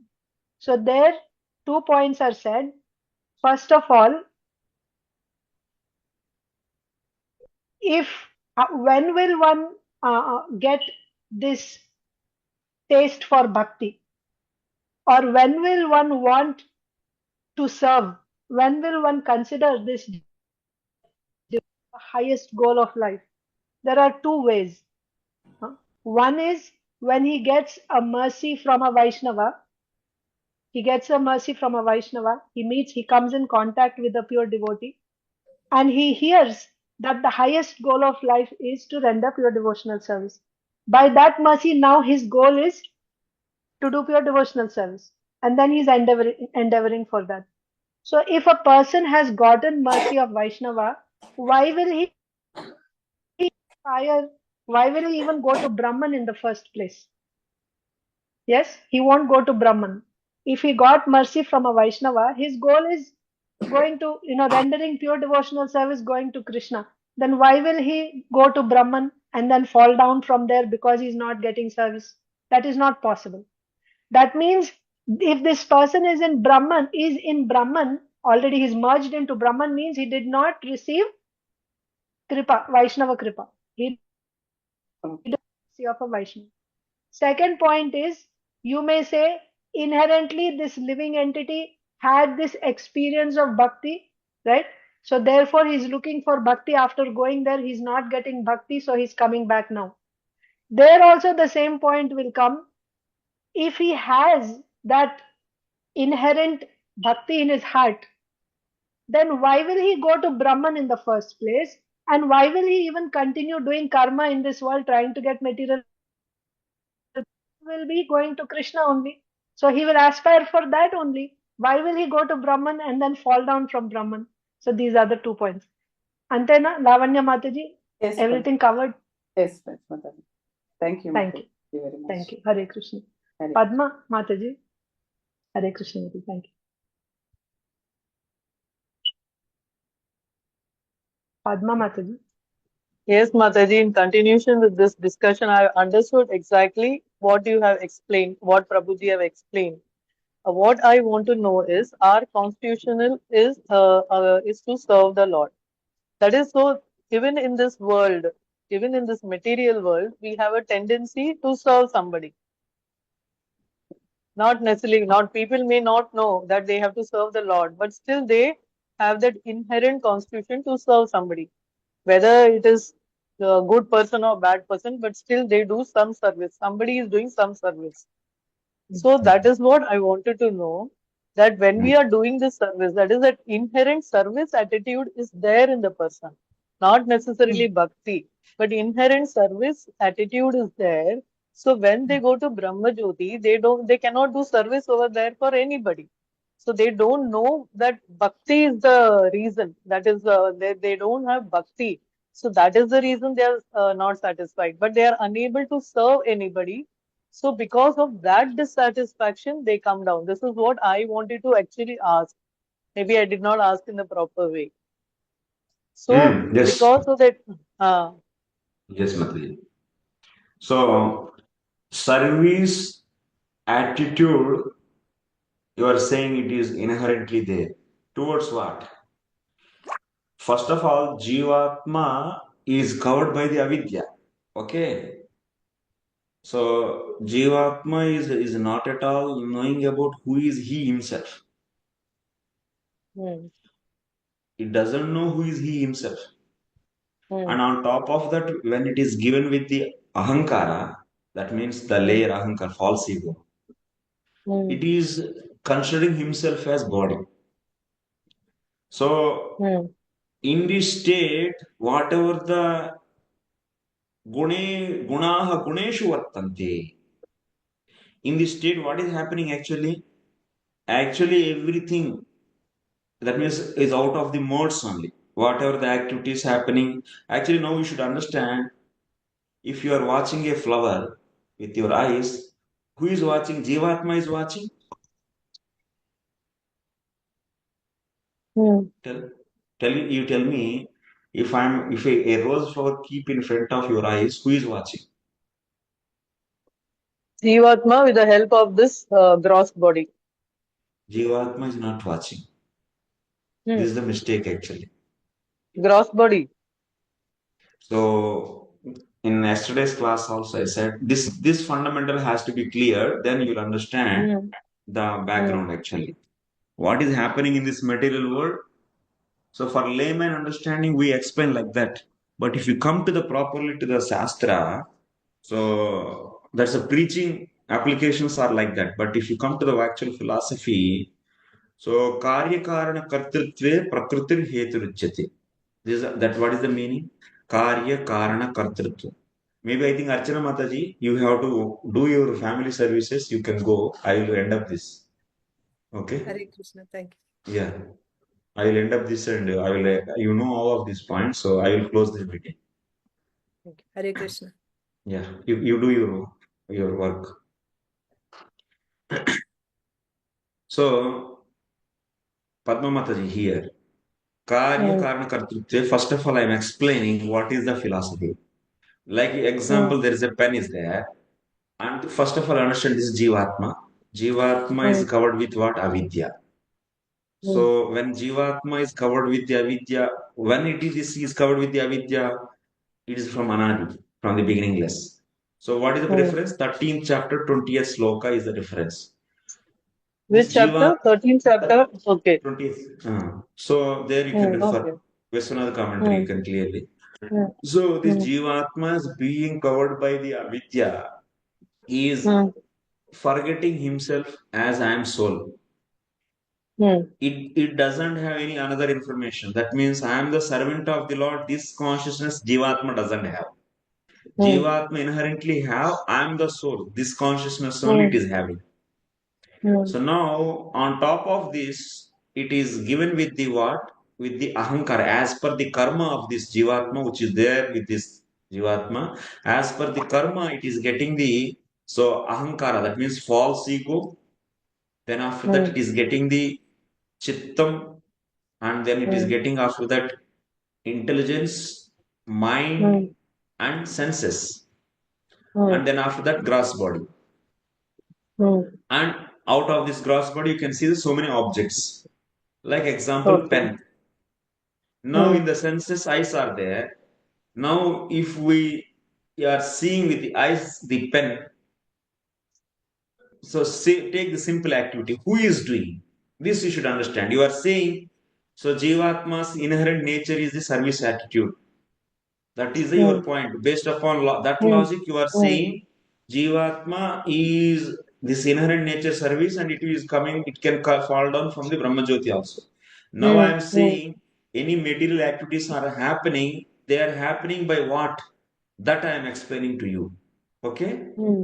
Any that means material activities, giving, taking, going, these activities are not done by the Jivatma.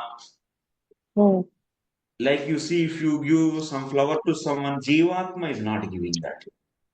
Or otherwise, if you are feeding, Jivatma is not feeding.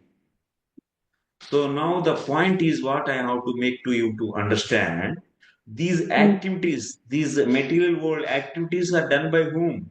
Prakrutehi kriyamanani gunaihi karmani sarvashaha. All the karma. Kartaham iti manyate. That means all the karmas are made by whom? Prakrutehe gunaha. That means Prakriti's guna, sattva, rajas, tamas. These Prakriti's gunas are doing what? All the activities. All the activities. Sarvani karmani. That means all the activities are done by the Prakriti's gunas. How Prakriti's gunas are doing that I am explaining to you. Okay? So see here now eyes are seeing the pen. Okay. So when eyes are seeing the pen, that means eyes come in contact with the pen. What is happening? This photo of the pen is captured by the eyes, and that information is yesterday also Mataji explained, and I also explained, reiterated that photo is sent to the mind. Mind is sending that to the intelligence, and intelligence is comparing with the impressions which are already existing of the this photo of this pen. Okay. Intelligence will compare and finally decide intelligence. This is pen. This is pen. This knowledge is produced by whom? By the intelligence. It's a buddhi vritti. That means it's a function. This knowledge is a function of intelligence. Buddhi. Buddhi. It is not the knowledge of the Jivatma. See, you are my arrow. You are seeing, na? This is pen is not there in the Jivatma. No. But Now, I know pen, you say. After seeing this pen, you are saying, I know pen. Yes. Or rather, I know this pen, you say. But who is saying this? This I-ness is coming. Is it referring the Jivatma, pure Jivatma, which is here? No. This The I, false the ego. sense of I is belongs to this I. And but what this Jivatma is doing? This is claiming. That means this I, the sense of I, this I know pen, this sense of I is created by whom? Is created by the false ego. But who is claiming the sense of I created by the false ego? Who is claiming that? This pure Jivatma, which is covered by avidya. Okay. That So means because karta. it is Wait. conditioned. Kartaham iti manyate. Karta Manyate. aham iti manyate. That means claiming. Manyate means manna. Who Jivatma, that means pure Jivatma is claiming that I am the doer. Karta means doer. But actually, seeing the pen is done by whom? It is done by the senses. And these senses are operated by whom? By the Adhisthana Devata, the sense controller. Okay.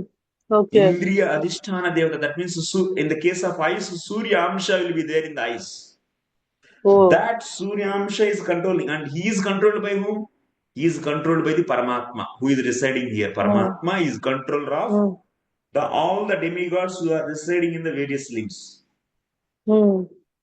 He is controlling this deity actually, okay, which is in the each sense. Even mind is also not acting. Mind is also having the controlling deity. Who is that? Moon. Intelligence is having the controlling deity. Who is that? Rudra is the controlling deity. Chitta is also having the controlling deity. Who is that? Brahmadev. So name is Vishnu. Vishnu is the controlling deity. Like that, these elements, chitta, intelligence, all are having the controlling deities. Those are all controlled by the Paramatma. Those are all controlled by the Paramatma. And that's why gunaha guneshu vartante. Krishna, what he is saying in the Bhagavad Gita, 4th chapter, 34th or 35th sloka, that you can so see. So there are 32, something else is there. I am not exactly remembering. Gunaha guneshu vartante. All the activities is nothing but the interaction of the modes. But Jivatma, which is not knowing himself as soul because of the being covered with the avidya, whatever the sensation of the eye, whatever the false ego created the sense of I, and that I-ness it is claiming myself. Okay. In this way, material world activities are happening. Pure Jivatma is not the directly responsible for any activity, no. It is only the claimer. Kartaham iti manyate. But everything is done by what? Prakruteh kriyamanani gunahi karmani sarvasha. Same point Krishna is saying once again. Karya karana kartrutve prakriti heturuchyate. That means karyam, karanam and karta. Karta means doer. And karyam and karana. All are who is the hetu for all these three? Prakriti is the cause. That means in this seeing the pen, who is the karyam? Pen is the karyam. And who is the karanam? Since I is the karanam. And who is the karta? Suryamsha is the karta. These are all, who is the cause for these are all three? Prakriti. How Prakriti? When the Prakriti is agitated by this Karnanavasa Vishnu, it gave the what first? Mahat. Then after that it gave false ego. It is having the threefold. And then it is produced the, what it produced? Satvik Ahankara. Yesterday I said, Satvik Ahankara, it produced what? Mind and also Indriya Adhisthana Devatas. And this Karta is also produced by whom? Indriya Adhisthana Devata. By Prakriti or not? Okay. Indriya Adhisthana Devatas are coming from the Satvika Ahankara. That is coming from Mahat. And Mahat is coming from where? Prakriti. So that's why here Karta is also Karya Karana Kartrutve Prakriti Heturuchyate. Okay. So there are so many things you should know clearly. Hmm. This is not a one point actually. You have to Hmm. understand. So for preaching purpose, we say many things, but you should understand Hmm. what is the Bhagavad Gita is saying. Hmm. And their Prabhupada is writing clearly in the purpose. Okay, so that's a Jivatma is knowing he is a servant of the Lord when it is getting the association of the pure devotee. And because of his mercy, so he will be given with the bhakti. Like this is the bhakti. When it is covered by the bhakti, this bhakti will destroy this avidya. And because of this bhakti, this Jivatma is able to see the Lord. That means there is a Lord. And because of this bhakti means kripa. So because of this kripa, Jivatma is understanding. He is a part and parcel of the Lord and he is a servant. Because of the bhakti.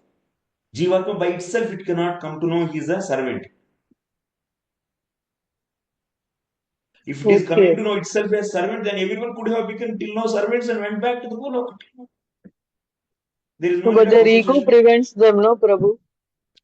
Why? Because this power is more powerful. Na? Even ego also can remove that then. That means ego is more powerful than bhakti according to your concept then. No, not for everybody. No.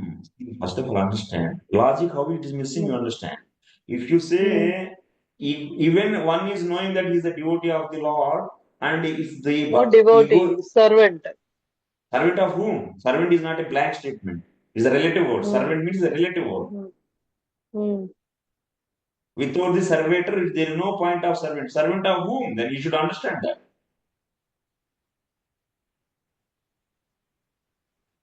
Prabhuji, can I ask you one more question? Yes. Like a servant will serve the master, but a servant need not love the master. Mataji, bhakti means service. Without love, there is no service. That is a business. Yes, that is what is happening, no, Prabhuji? That's wrong then. You don't give the wrong definition to the right word. And I don't want to take your definition. Bhakti means service. There is no meaning of, there is no absence of love in that. Anukulyena Krishnanusilana. Anukulyata means favorableness, means love.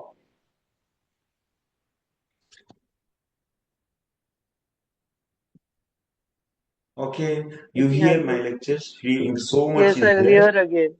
Yes. Hear the Bhagavad Gita series completely. You know English or you Hindi or Telugu also? You know? English. Only No, I English. know English and Hindi. English and Hindi. Okay, Hindi you hear 12 chapters I did. So and also Bhakti Prakara course I did, and Shraddha and Sharanagati. There you will be understanding more clear things. That is in English. That's in English. English also and Hindi also both. Okay. In Any Golok of these Vani two channel. languages I will listen. Yeah, Golok Vani channel. Refer that. Golok Vani channel. Okay. In YouTube. You type in YouTube space, you should give. Golok space Vani. I sent. Vani. Yeah, yesterday in the group I shared already. Okay. Okay, thank you very much. From where you are? Thank you. I'm now I'm in Chennai. I was in Bombay. Now I'm settled in Chennai. Okay, Mataji. All the best. But it's very interesting. So thank you, Prabhuji, for still I think I have to read and learn definitely. hear more. Your Hear more inquisitiveness is nice. Your inquisitiveness is nice because one day only everything I cannot tell you. So there is a lot. The whole Bhagavad Gita thoroughly, properly you should understand. Then you will be getting a lot of things. So anyway, you said Acharya's name also. Then you properly learn them. There will be Vishwanath commentary or either one commentary clearly. Don't mix the two commentaries. Take the one commentary nicely, go through that. Then after that, once again you read another commentary. Yeah. Okay, Prabhuji. Thank you so much. Dandavat pranams. Any other questions? Wow, you people are really stalwarts. So because you all stayed for 4 hours. It's about to 11 o'clock. Keep it up. I like this kind of spirit. Chitra Krishna saving. Hare Krishna Prabhuji, Dandavat Pranam. Prabhuji, as everybody had been discussing, we have learnt only one thing. Tetam gatva swargalokam vishalam chine punyir matyalokam vishanti. So even after, reaching there, merging with the Brahman, they will have to come down. That is what we have learnt, Nai Prabhuji. But whatsoever is the reason, they will come back. But you don't want to take my another energy already. Shine punya vishanti martyalokam, my dear mother. So that is Swarga is different, mother. Brahmajyoti is different. So if we go to Swargaloka, we will have to definitely come back. If we merge with the Brahman, as you said, two categories are there, right, Prabhuji? One category. Only one Hare category. Okay. Only one category, they will never come back. That's all. Two side, you said. Two category means who is realized Brahman but still in the body, they will fall down. But those who merged with the Brahman, they will never. Okay, Keshani. Hare Krishna. Thank you, Krishna Prabhuji. saving. Thank you. Chitra Thank you, Krishna my dear. saving. Thank you very much, Krishna Prabhuji. We Thank you, my after mother. learning, first time, I think with whoever has sent the link, I'm really grateful to them. First time I'm hearing very nice. Prabhuji, we don't feel like leaving the class and going. Hare Krishna. My mother. Thank you, my mother. Hare Krishna. Dandavat Pranam, Prabhuji. Pranam. Devati Mata. Hare Krishna Prabhu. Yes. One question which emerged from the last question is, you says if a Prakriti is doing, then how karma is coming to the Jivan? Anadi. Karma is anadi, no beginning. Accruing more karma, na? How will he redeem his karma, or if everything is doing? Why is karma attributed to Jiva? Oh, my dear mother. So you are not there in my previous classes. I see you as a regular student. But you are my regular student or the new student? Not both, in between. Okay, you are in between student. Okay, very good. From Dasi Pramana only I came to know about you. Then I listened to Mahabharata, Adi Parva, and now I'm in this class. Oh, only Mahabharata you heard. Okay. So see here. No problem. Earlier class also, which you conducted, I attended that. I'm attending it now. Yeah, see. So karma, when the Jivatma with Anadi Avidya and with karma, when it is come to the Brahmaji's stage, Brahmaji that means when it comes to the hands of Brahmaji, then you will give the Chittam and this karma is installed in this Chittam. And this Chittam is now with the full samskaras. Karma means samskaras. And these samskaras are leading to the changes in the mind. Desires will be coming. Various desires. And this poor Jivatma, which is pure, but it is poor because being covered by the avidya. So think that this desire which is coming in the mind as his own desire. So nothing Mataji, simply you all has to go through the Bhagavad Gita course again, whatever I taught. Because all the fundamentals, because now I'm saying without slokas, it may look like very just without authentication, but go through the course and learn each and every sloka and the explanation, whatever I give, then everything will be, all the words and the explanation, everything will be matching with you. Okay? So it's a lot is there to learn. It's not a 1 day, 1 hour time. This is, I cannot fully answer everything. Okay. That phenomena, everything is a regular concept only. And one thing is, if you go to that classes, then you'll find students, how many people they're asking same questions what you are asking. Any lecture you go, same hundreds of students. So that's why I'm saying. So simply, it's not a new question or it's not a new thing. It's answered questions. All are there in those lectures.